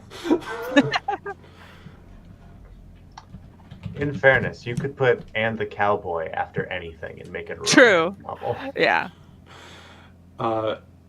If all the large print books I'm working with at the library right now are to be believed, yes, that is true. Yeah, because I'm gonna go kind of like with the first playtest of Sita. I'm gonna go with a Mexican turned American character from California area, since California has only been ratified for about 17 years at this point. So I think it would be interesting as a yuppie or as an ROTC that they come in that way. If you want to go that route, be someone who came up from Mexico. Maybe your military background is not in the Civil War. Maybe you were in the Mexican-American War. Yeah. That is actually quite interesting. I like that. That would have been what? It would have been about 20 years previously. Right, math. I can't do it. Yeah, because the Mexican-American War was in the 1840s. Yes. Yeah, it ended in 48. So, I mean, it could have... Yeah, ages. Could have been a young soldier. What's generally the age range for characters in this game? In this game, characters can be young, old. It really doesn't matter. Because in shows like this, you get main characters that really do span the entire career lifespan. Like, one of the main characters in the first couple seasons of Saint Elsewhere is this guy who's in his 70s or 80s, and he's the chief of medicine. He's been there for ages, but he's slowly dying of renal cancer, and he just is doing as much as he can to balance his own health and keep doing the job he loves. In the Alpha, we were all mostly late 30s, but I think this one we could be younger, for sure. Yeah. I'm thinking, in this one, you could be younger, or it would make sense to especially have since we're attached to the medical hospital. Yeah. It would also make sense to have at least one character that's on the older side, that's maybe more of an authority figure. Yeah, so. I think I'll try the ROTC one. Wonderful. Yeah. So, I'm gonna hide the cowboy. If Ollie ever comes back, they can have it. How does that work with the sibling role though? Because you didn't like. Oh, well, you can change the relationship then if you don't want to Yeah. use it. Well, I was just saying that you didn't like typically with siblings. What people say is like they make the background take your siblings. Yeah, I hadn't thought about that. That was a mistake on my part, so we Mhm. probably should not use the sibling relationship. Um, so go ahead and come up with something else, Diana. I'm not fussy about what you use. Let your character concept drive you. Uh, yeah.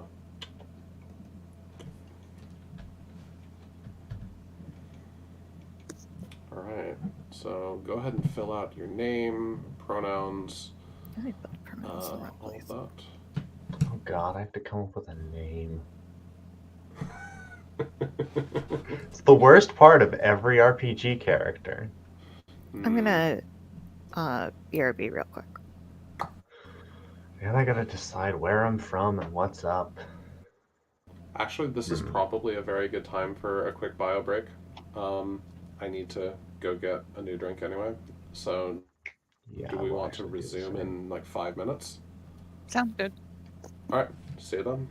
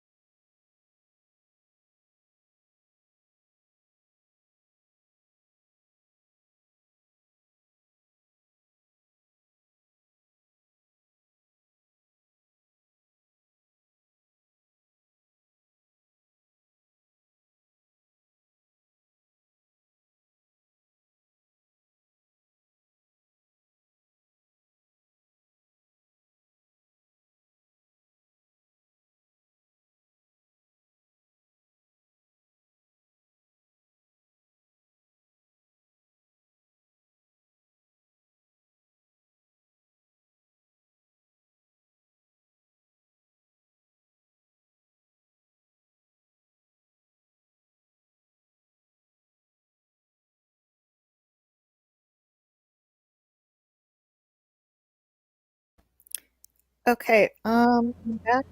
Anyone? Yeah. We took a short bio break since you were gone.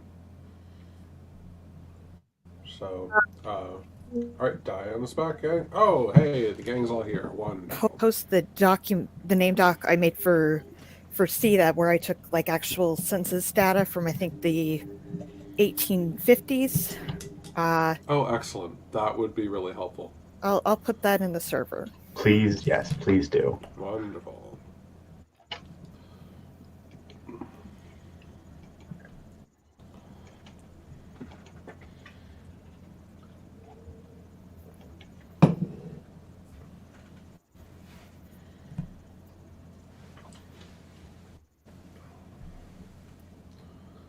I put in the materials channel. Wonderful. Thank you. Mm-hmm.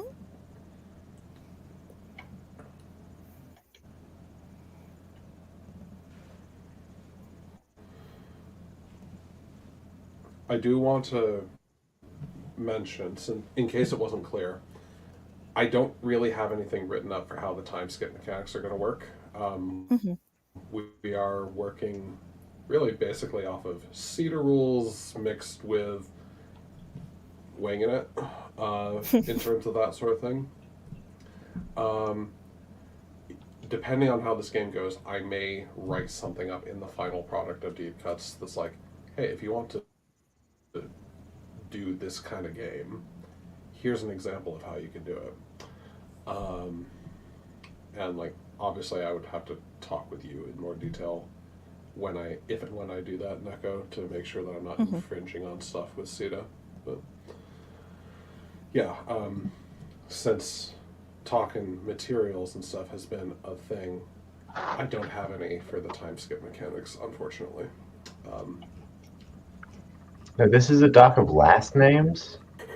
No, they're first. It has first names at the top and last names towards the bottom. Okay. Oh, there it goes. Okay. What if I was Spencer? That would be very comedic. We are playing a comedy game.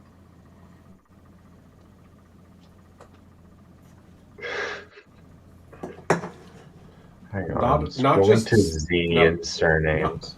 Not just Spencer. You could be Spencer the third. No, but I mean, I guess I could swing that if I were like Appalachian. The problem with setting any game in American history is that I know enough about it to know when I'm doing something wrong, but not enough to know what the right thing is. And that bothers me.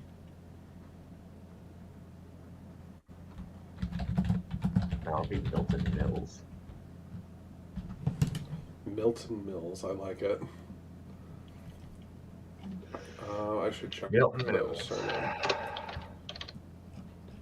Oh God, fuck. Deciding where my character is from based on which accent I feel most confident in today.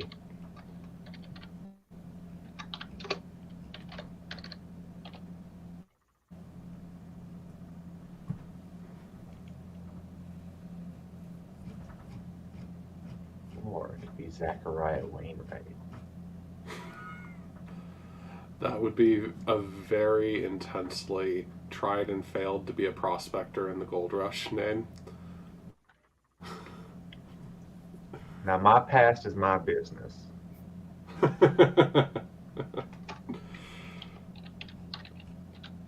That also does give me an excuse to maybe know Diana's character though.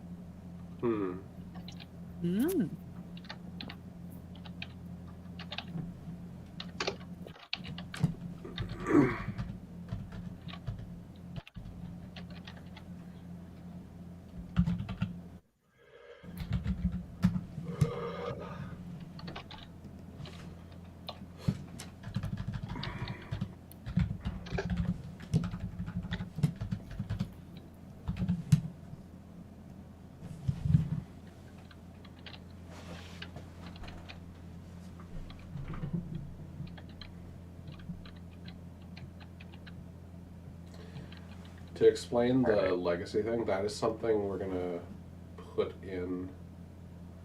I wanted to get feedback about that, but once people are ready, we'll do that. I won't jump into it just yet.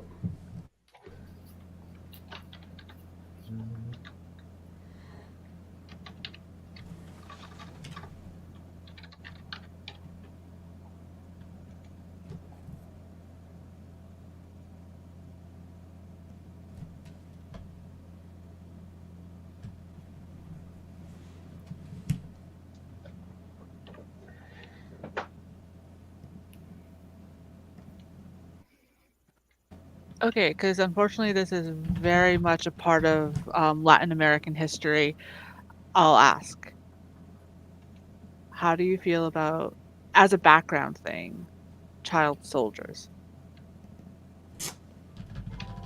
I would be okay with it. am fine with it depending on the specifics. Yeah, that's going to be I would first. I would want to know more before I say just outright I'm fine with it. So the concepting I'm doing is that my character's grandparent was one of the major generals of the Mexican-American War, and their whole family is a military family. So it wouldn't be uncommon that like they would be soldiers, not necessarily because this is post Mexican, so just regular like border patrol and such like that. So my character would have had a couple of years like in their early teens, preteens, trained to be a soldier, but they didn't see any combat or anything. But it's because their whole family was military line. But if that's not okay, I totally understand, because yeah, that is a very that's cool. sensitive topic. At least I'm fine with that. I think that's fine, personally, as long as it's fine with everyone else here. That is basically what our RTC is, so. Yeah, I just want to make sure, because yeah, even the Civil War had children, but it's not in the sense that they were, because a lot of times people do think children who were kidnapped to become soldiers, but this is more family line kind of style, not taken away to be this. So yeah, it's just in the background, and it's not going to be what their trauma is related to necessarily. I haven't decided what that will be yet, but yeah. Mm-hmm. Thank you.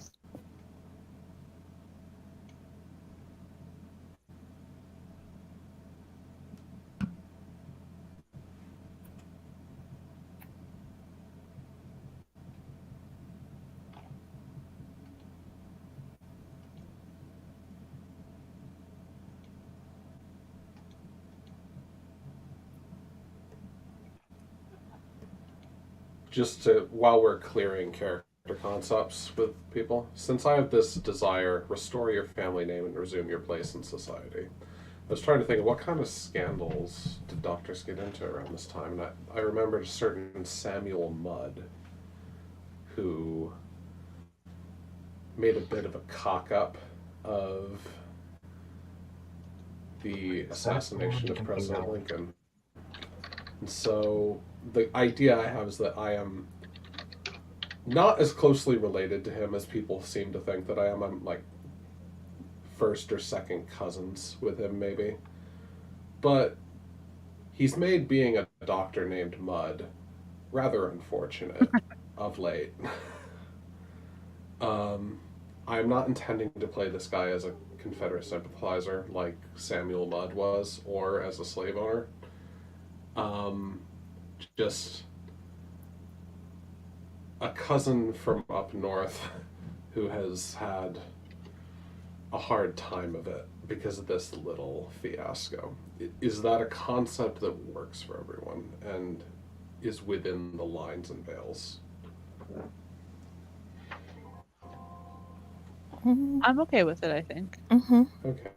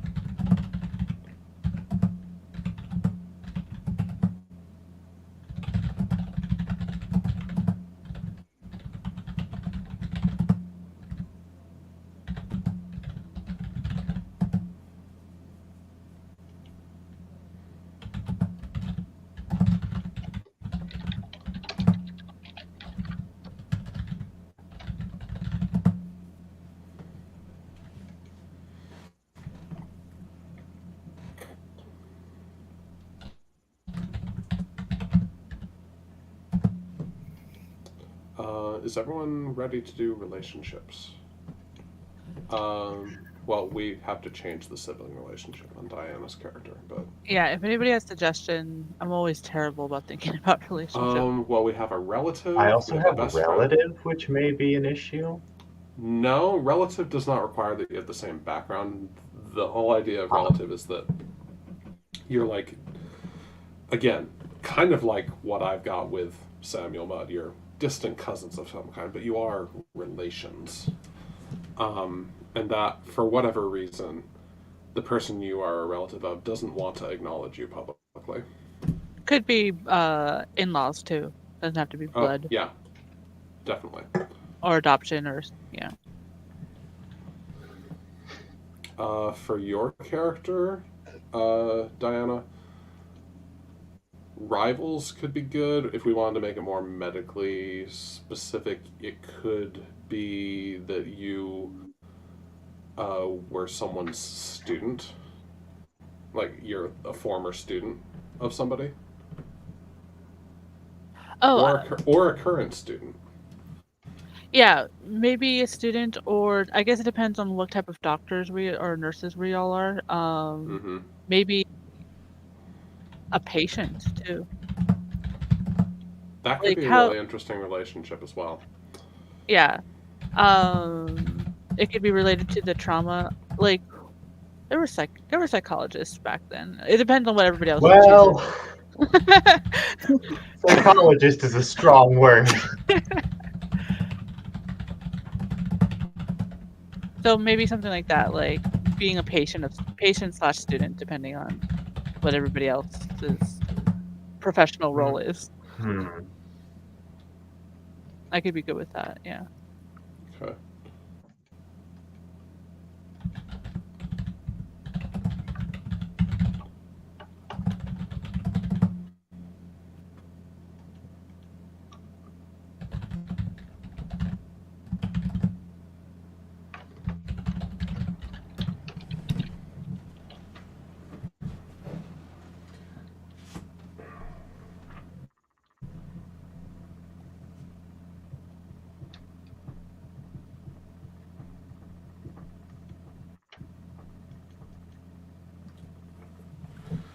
When you say young on your character, Chris, how young are we talking?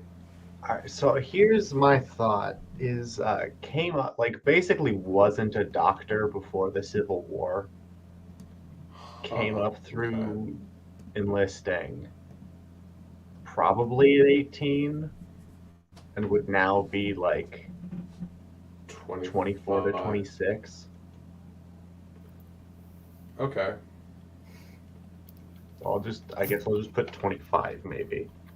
Sure.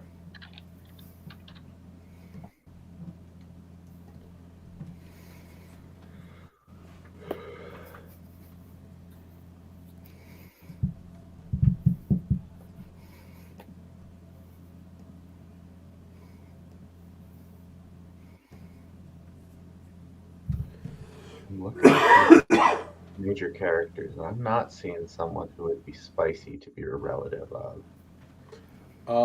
It could be spicy to be a relative of Charles Mudd because I'm so concerned with status and concerned with my family name, and you're like, I'm the dynasty background. Like, I come from a line of preeminent physicians, and you're this scholarship hick from West Virginia or wherever. Or wherever. Yeah, probably West Virginia. How would you guys feel about a 12th night situation? You're going to have to explain that because I don't like Shakespeare. Yeah. Cross-dressing, essentially. My character pretending to be their brother to have been accepted into that's fun. Into the school, so they're technically playing dual roles. I mean, we are connected to a women's hospital, though, a women's medical college. Yeah,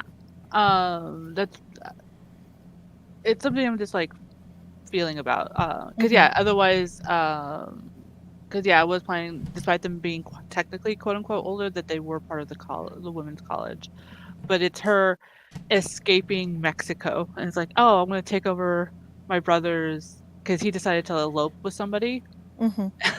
and so that she could leave the soldier life. Yeah.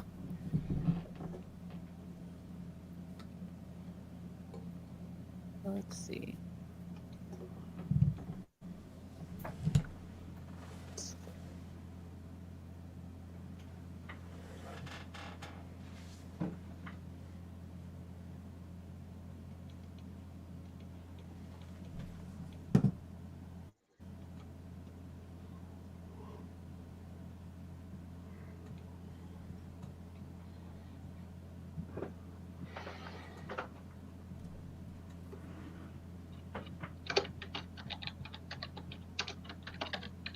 Don't forget to set initial reputation tags as well.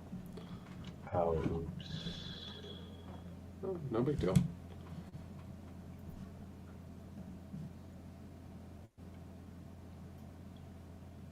Are there example tags somewhere?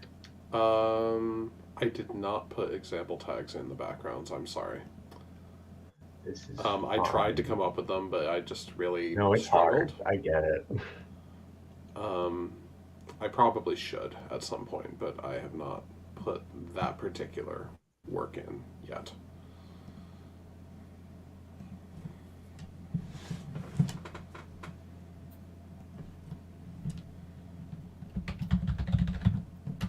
You know, it just now occurred to me that scholarship did not refer to the act of scholarship, but like receiving a scholarship. Yeah, that's what it's about. Like, you Don't were know not, why that you took were that not long. paying. It's okay. You're getting in character. Yeah, no, I think because it was a historical game, and I was just like, oh yeah, scholarship, the thing historians do.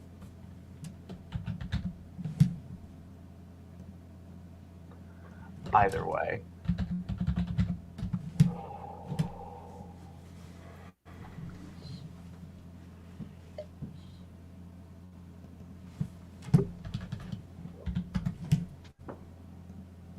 Okay.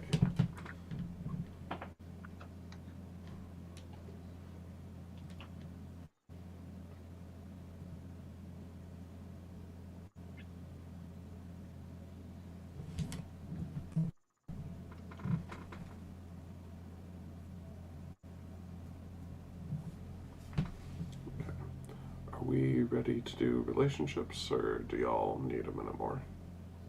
I'm fine doing relationships. Yeah, I'm also fine. Diana? Yeah. All right. I think we need to start with figuring out what relationship Alma is going to give instead of sibling. Yeah.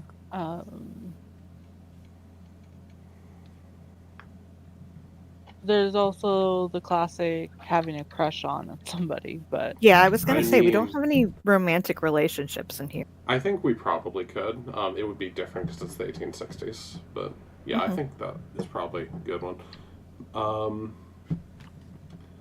Maybe Alma.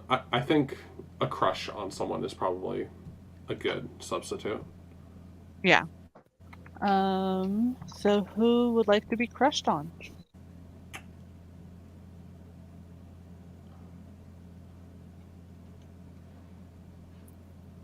It could be. I'm sorry, gonna go ahead. request not Charles, just because that age difference is a little bit iffy for me. Understandable. That age difference is very period appropriate, but yeah. Especially in a context where you are probably going to be our superior at work. Yeah, I understand. So, based on what little we know about Zachariah so far, Alma having a crush on Zachariah could be really interesting. What say you, All Chris? right. Sure. All right, and you've already given me the relative thing, so I am Yes. a relative of Zachariah Wainwright.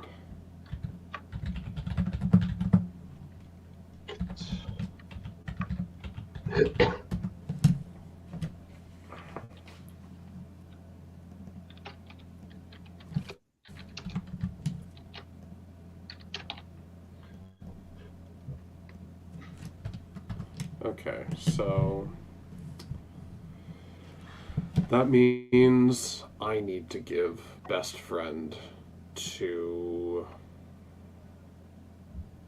either Sophia or Alma. Yeah, I think the way this works out is I am best friends with Sophia, Hey, and then stop Sophia that. is then Sophia Sorry, is my cat was research. scratching at Ah. something he wasn't supposed to.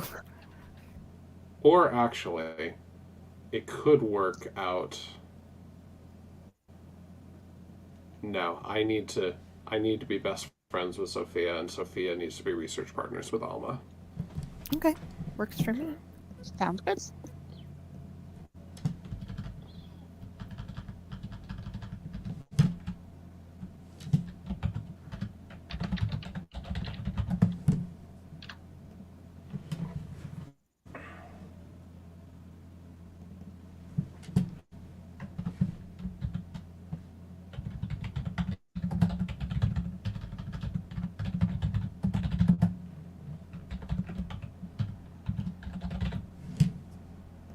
Okay, wonderful.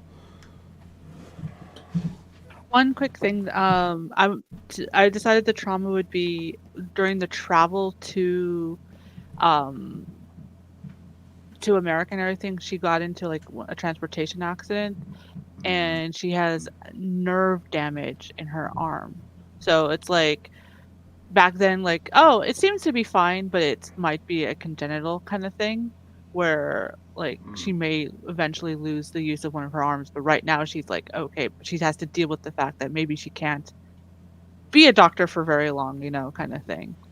Okay, Is everybody okay with that? that sounds interesting to me.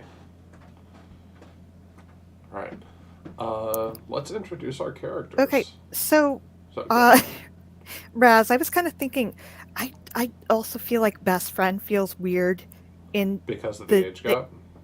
The age gap. Yeah. Part of the I've decided part of like Sophia's inspiration for becoming a doctor was that she almost died from like some vague whatever childhood illness, and like a doctor saved her. What do you think of that being our relationship? I would have to be even older for that to make sense, because I'm only 12 years older than you. I think maybe. Well, I mean, if it was when she was 14, that's or something, that's still technically yeah, childhood. You're right. Okay. So we'll say that I am Sophia's former doctor, and you are my former patient.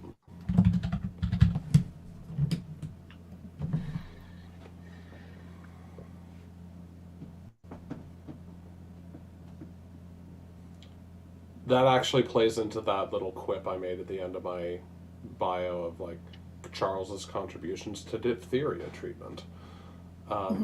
So yeah, okay, that makes a lot of sense. Are we ready to introduce our characters? I need to write more of my description, I think. I mean, I'm not that fussed about having the description finished right now. All right, sure. Yeah, excellent. Diana, tell us about Alma. Alma Antonia Alvarado is her about 26 ish years old, because I wasn't sure where everybody else was going to be. She's from the small province of Chiapas, which is in southern Mexico. One would think her family was far from the Mexican-American War, but her grandfather was one of the major generals, one of the Alvarados, and her whole family has been in the thrust of it. They had returned to their hometown after the war as somewhat infamous, and didn't help too much with their own legacy and home life. I have to rewrite this. Cause a bit of drama in her hometown. So as such, them being a military family with such not I can't think of words all of a sudden with such knowledge of like being in the public eye, their family expected everybody, even the women, to be part of the rich legacy of being a strong military family. So Alma grew up with her brothers in the art of war, training hard, but she was lucky enough to never have seen anything more than just defending from wild animals. However, she never cared for being a soldier, and when she found out her younger brother got accepted to a university in the Americas, and instead he eloped, so she took his acceptance and managed to convince the school to transfer her to the women's college instead. The travel through Mexico and to St. Genesius was more harrowing than anticipated. While it should have been an easy travel, even with her mind worrying on her family, there was an accident and she received major nerve damage on her dominant arm. She still has use of it, but some days it is extremely terrible and she doesn't. Um, and she is the type of person to just be observant and caring about others, and learning how to be around people who aren't military, essentially, who actually care about other people and, in theory, the patients and such, and just navigating this new world for her. Um, and yeah, that's Alma. Right. Neko, tell us about Sophia. Yeah, Sophia Hamilton. She's 24 years old. She's a direct descendant of Andrew Hamilton, the famous Philadelphian lawyer. So, part of a very prominent Philadelphian family, uh, one of the old Philadelphians. She was raised to be a socialite since childhood, someone who did good with their money, of course. We aren't heartless, but never got their hands dirty in the process. However, when she was young, Sophia got very sick as a result of a childhood illness. Uh, and uh, she saw the doctor who cured her and was inspired to become a doctor as well. It's, like since done like research, I think, on different like parts of Philadelphia and how not everyone has access to the same medical care type stuff.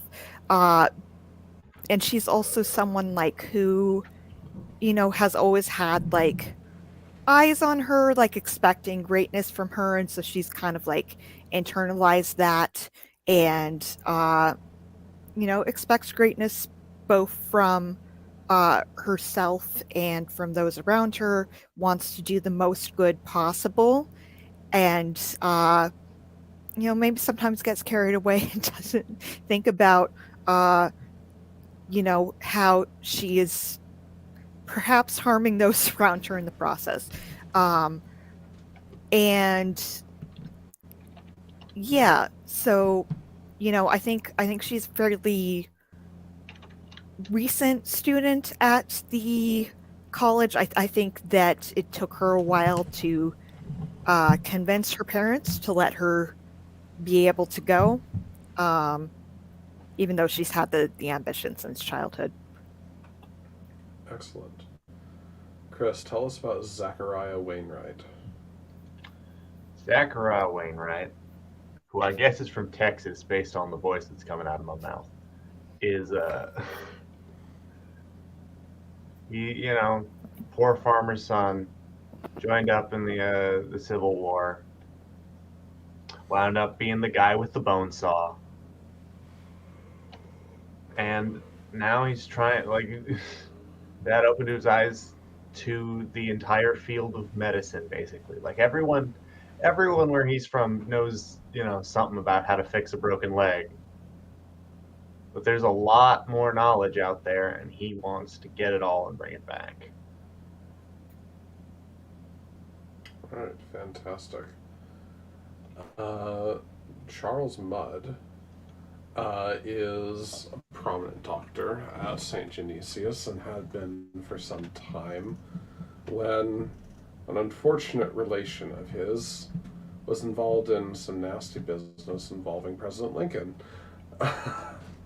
And so Charles has had a rather difficult time getting his reputation where it used to be. For some reason, people keep associating the name Mudd with gunplay and rebellion instead of the excellent contributions to the field that I've made during my time here.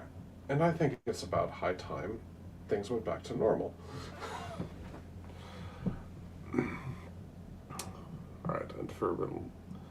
For reputation tags, Charles has the positive tag ambitious and the negative tag is snobby. Zachariah has the positive tag diligent and the negative tag unsophisticated. Go ahead and set reputation tags for Sophia and Alma, if you will. Yeah, I forgot. No, it's no big deal.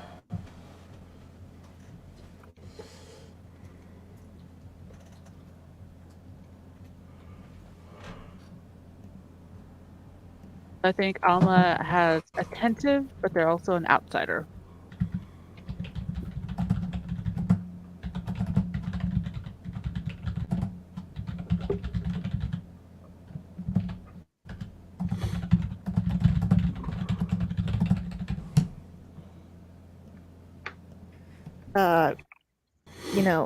I went with positive. It's hardworking for Sophia, and then I feel like any woman who is a hard ass is going to get labeled bossy.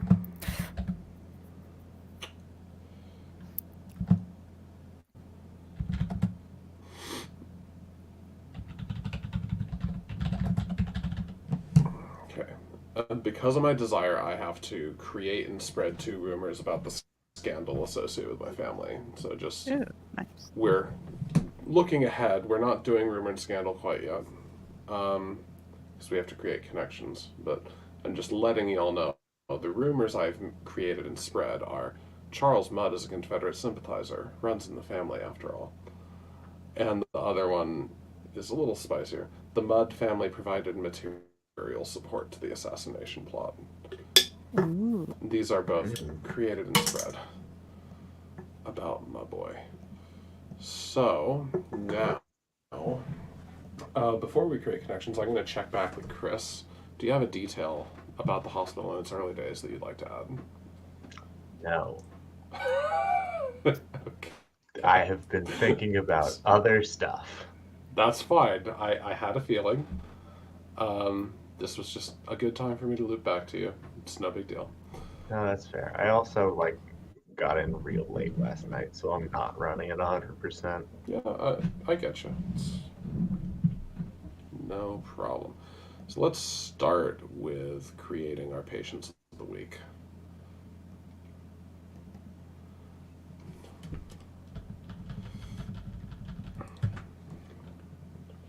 There is some guidance in the doc. If you have any questions, feel free to ask.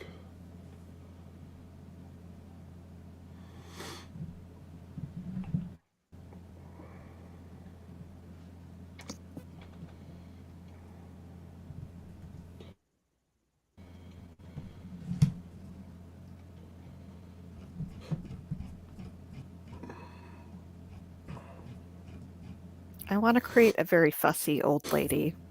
Does that sound good to everyone? I was in the middle of creating a very fussy old lady, actually. Okay, I can do Have something more else. than one. No, we can have more than one. Fussy old lady who comes into the hospital for a minor complaint is a staple of the genre. We have no show without them. One of my favorites. I could also do a patient who is a child, if that is okay with everyone. That's fine. Yeah. Right. One of my favorite patients of the week in ER is this old lady who's dealing with dementia and comes in for a couple of episodes for very, very minor things, like she has a hangnail or something. But she comes into the ER because she's lonely. No. So she looks for reasons to come see Dr. Green. Mm-hmm. It's played for laughs, but it is actually quite sad. Yeah. Mm-hmm.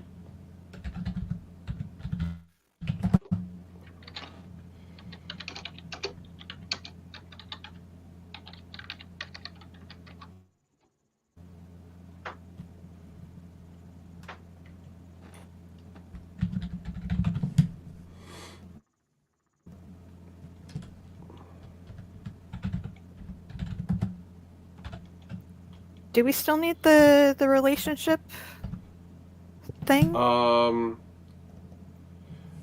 For patients of the week, what I usually do is I either put specifically whose patient they are or some other flavorful descriptor.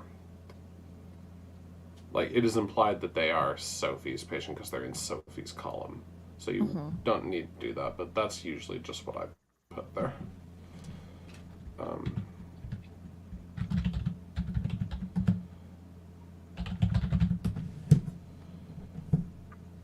Sophie's favorite patient. That's interesting.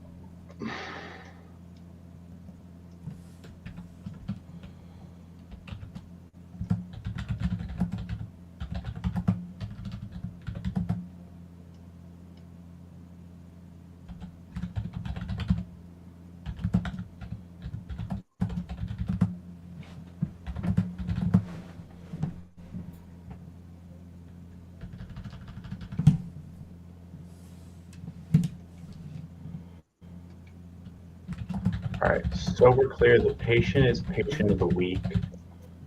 And Yes. the connection is The connection is just a normal connection. cool. So if I wanted to make a long-term patient my connection, that would work if you wanted to have a patient connection that's not going to cycle out via the patient of the week mechanic. you could make them as a normal connection if you want. The idea with the patients of the week is that they're ephemeral. They're only here for a little bit.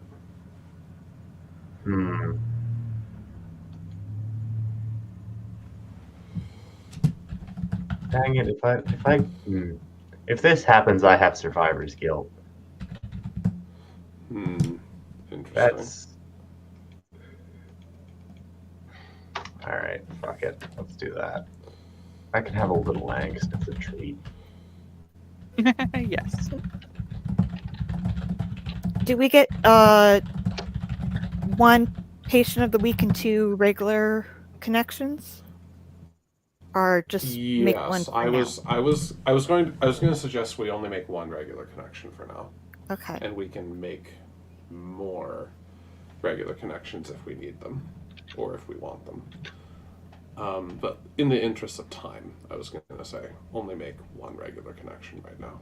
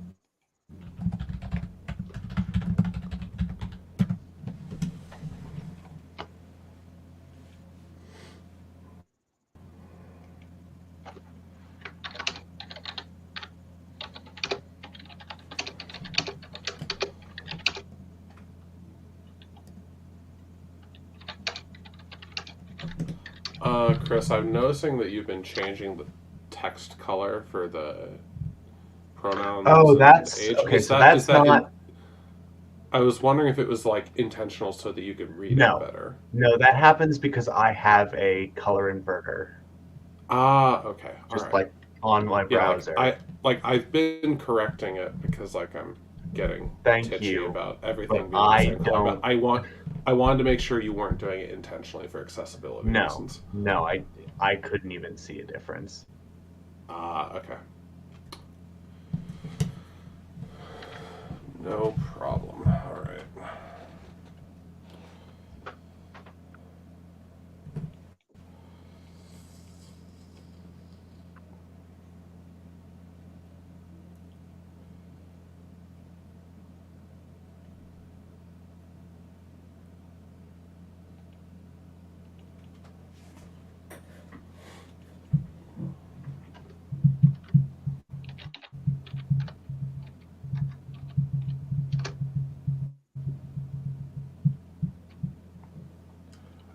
Oh no, this patient you've made, Diana. What? Whoa. I'm really looking forward to Chris doing an Italian accent. First of all, how dare you? Second You're our of all, accent guy. You're our accent guy, and you're from Jersey. You have to play the Italian. Did you mean to write Alma instead of Sophie in that description of your annoying patient? I might have. Probably. Yeah, wow, I must be more tired than I thought. I mean, I don't think it's outside the realm of possibility that that Sophie would know Italian. No. Holy crap! Thank you for catching that. Uh-huh.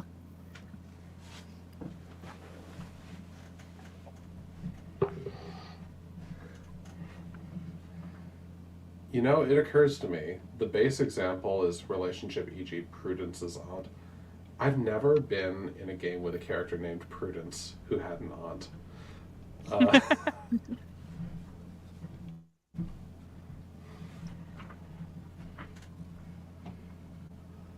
That might be my second connection. Prudence Mud. I don't think I've ever...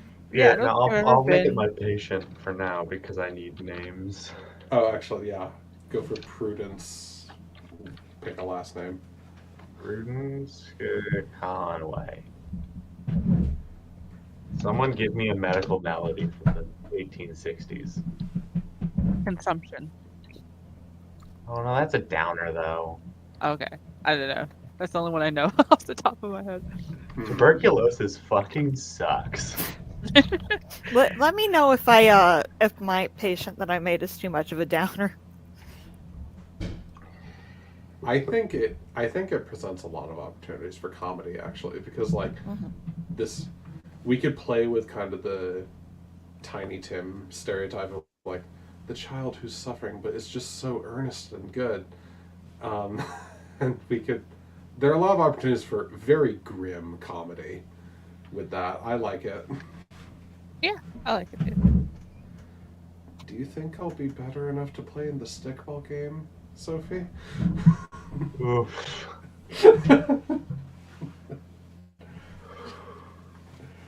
I'm so tired of just watching them. I want to run with them. Man, people who do pediatrics are just built different. I could not imagine.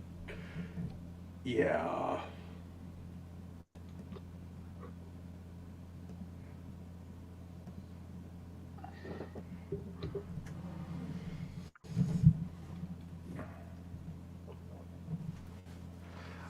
I do like that you stopped writing pronouns and age for Prudence just after she. Like, it sounded like you're describing a really beautiful cat in a meme way. Just she.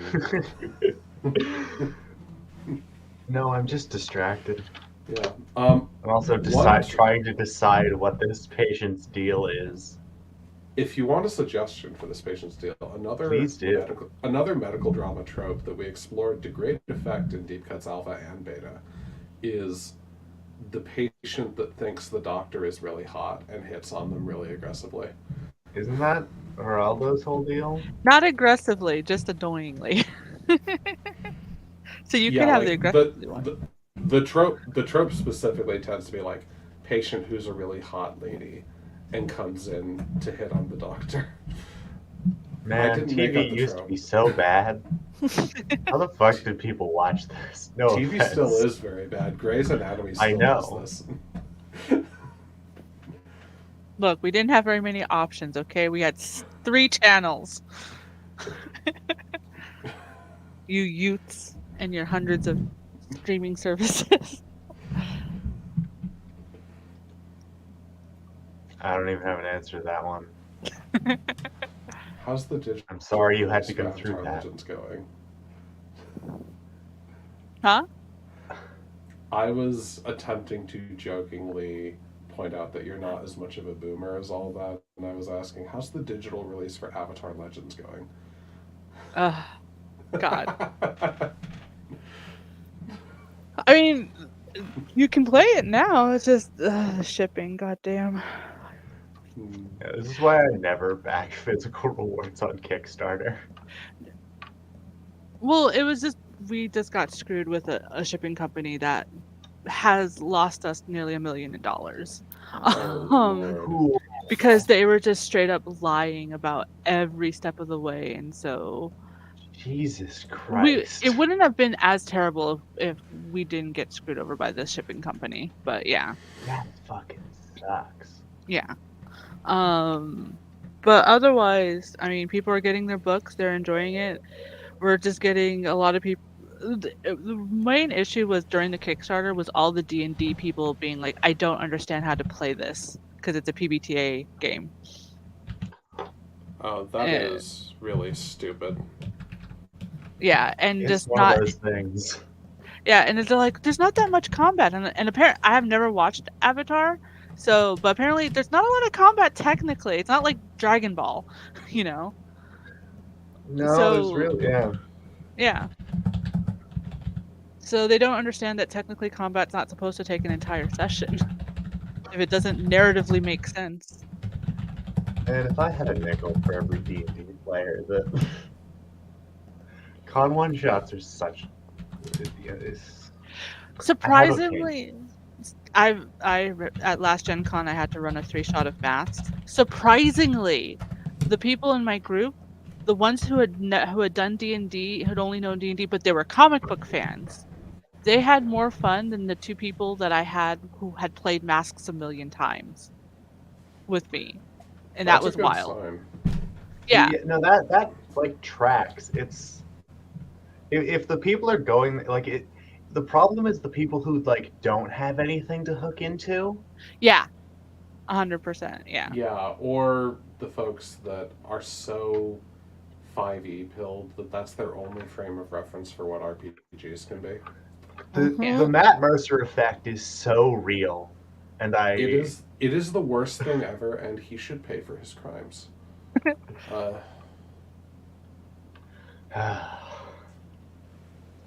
Anyway, like I have a bunch of friends that I basically don't game with anymore because they won't explore any other systems, and I just got tired of 5e.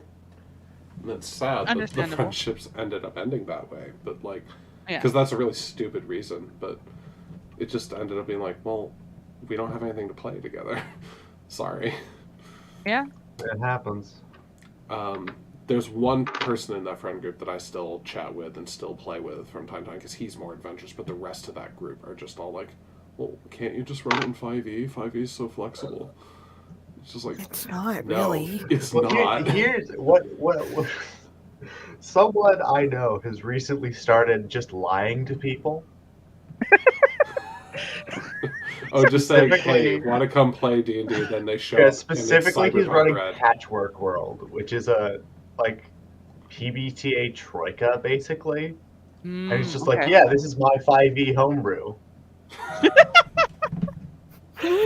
Oh, wow. I should start advertising deep cuts to my non-story brewers friends. Like, hey, do you want to play my 5e homebrew? We play it in an Excel sheet. And we used cards instead of dice. See, that is a bridge too far. I can tell you right now. Is these? Although I think, in my experience, the real hurdle is people who like any game that uses dice for anything other than determining success. People who are 5e pilled generally have a lot of trouble with. Or any other method to determine success that's not dice. What killed me was in the beginning of the Kickstarter, so many D&D people coming in like, because we had the quick start. This is too hard. This is too complicated. What do you mean there's no maps, there's no GM screen? You only use 2d6s? What? And I'm just like, how is this harder than D&D? Because it requires them to learn anything. And it requires them to have imagination. Imagination is difficult.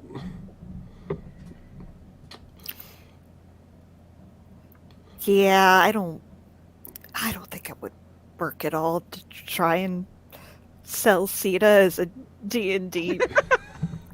Nope. It's a D&D character generator. That's the best I can do for that.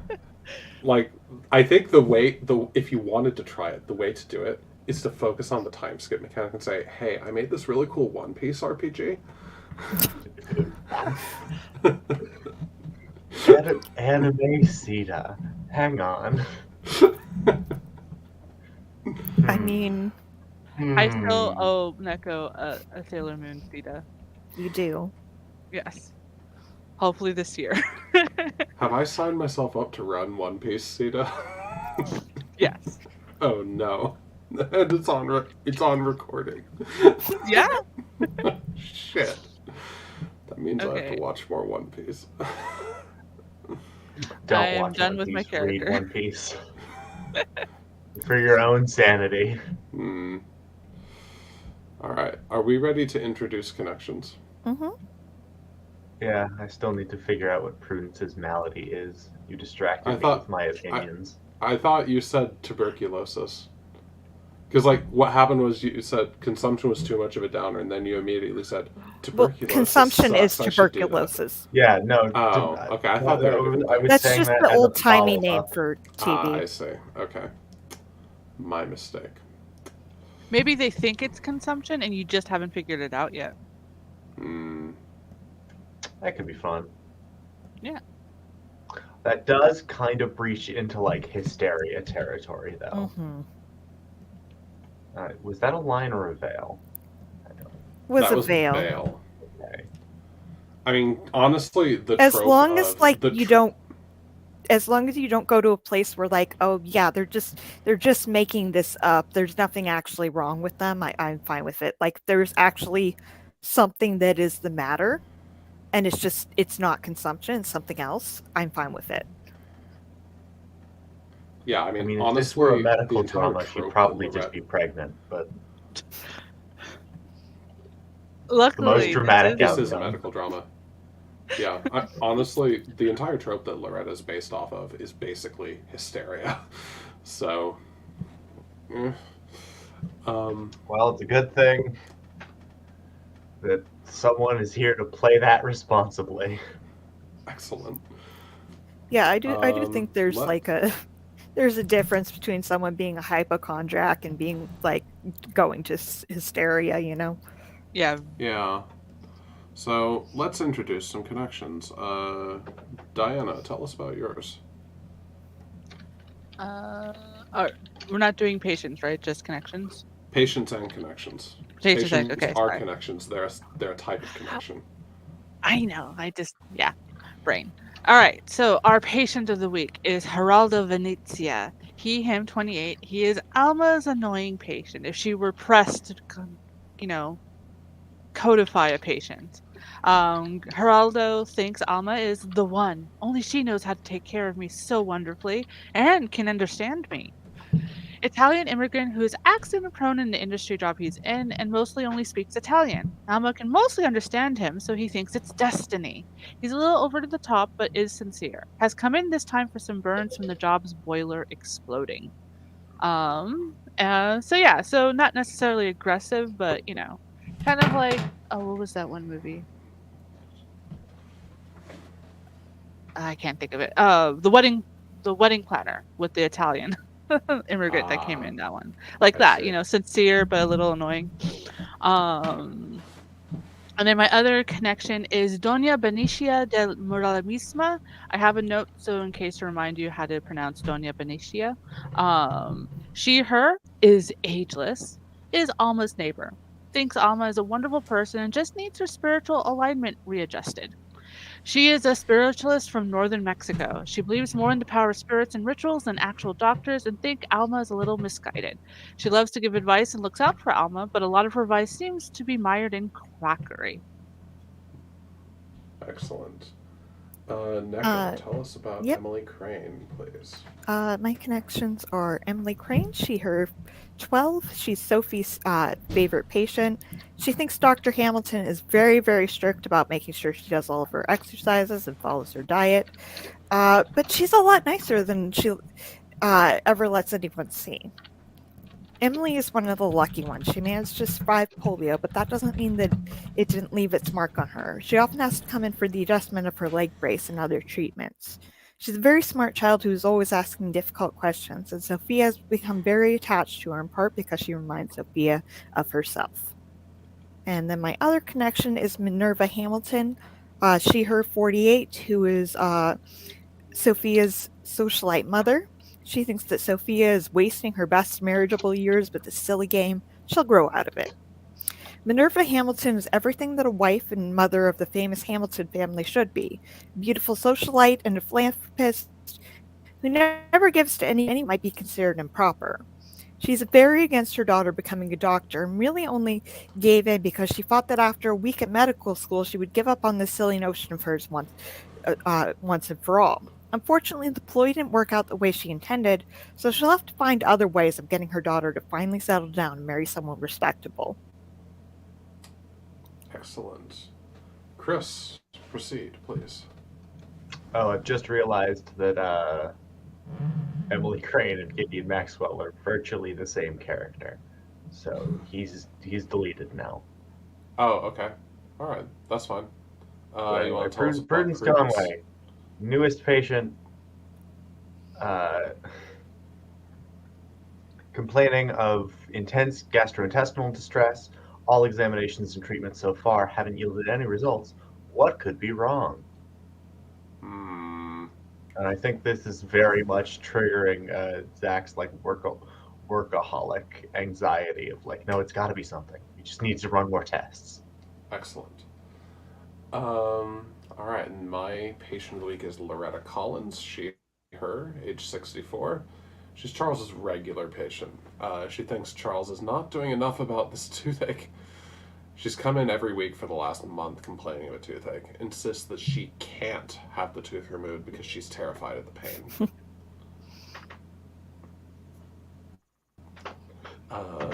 Putting Charles in a rather difficult position. Then my regular connection is Cyrus Mudd, he, him, 58, Charles's father. He thinks Charles is a hard worker but not as talented as Robert was. A recently retired family doctor, Cyrus has never been the same since his older son Robert's death at Antietam. He acknowledges Charles's accomplishments, but the shadow of his favored son hangs over their relationship like a thick cloak. Alright, so to divvy these up, I'm going to go ahead and take the Gideon Maxwell slot, just like whatever that character ends up being. Probably a hospital administrator, whatever that means in 1867. Oh, or excellent. Like night I like staff. that. I like that, yeah. Alright, so what connections and patients do y'all want to play? We only have a few minutes before it's 9:30, but we can go over a bit with... Alright. That's fine. I guess I've been voluntold to play Geraldo. If he's Italian, it would be Geraldo rather than Geraldo, but yes. You're right. I would be interested in playing Benicia, I think. Benicia. Wonderful. You know what? I haven't played a child in a very long time. I would like to play Emily Crane. Alright. Go ahead and assign those at your leisure.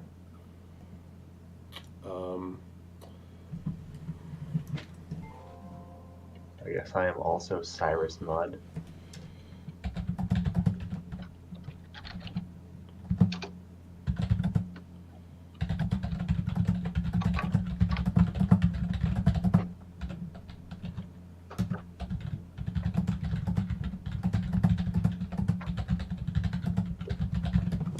Okay, very good.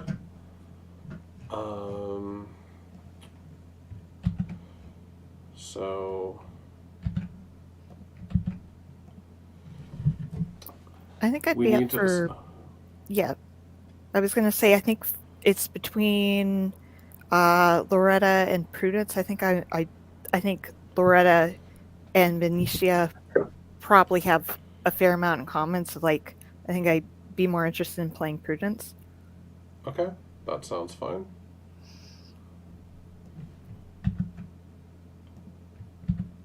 So then that means Diana needs to play Loretta, Yep, that's good with me. and I need to play Minerva.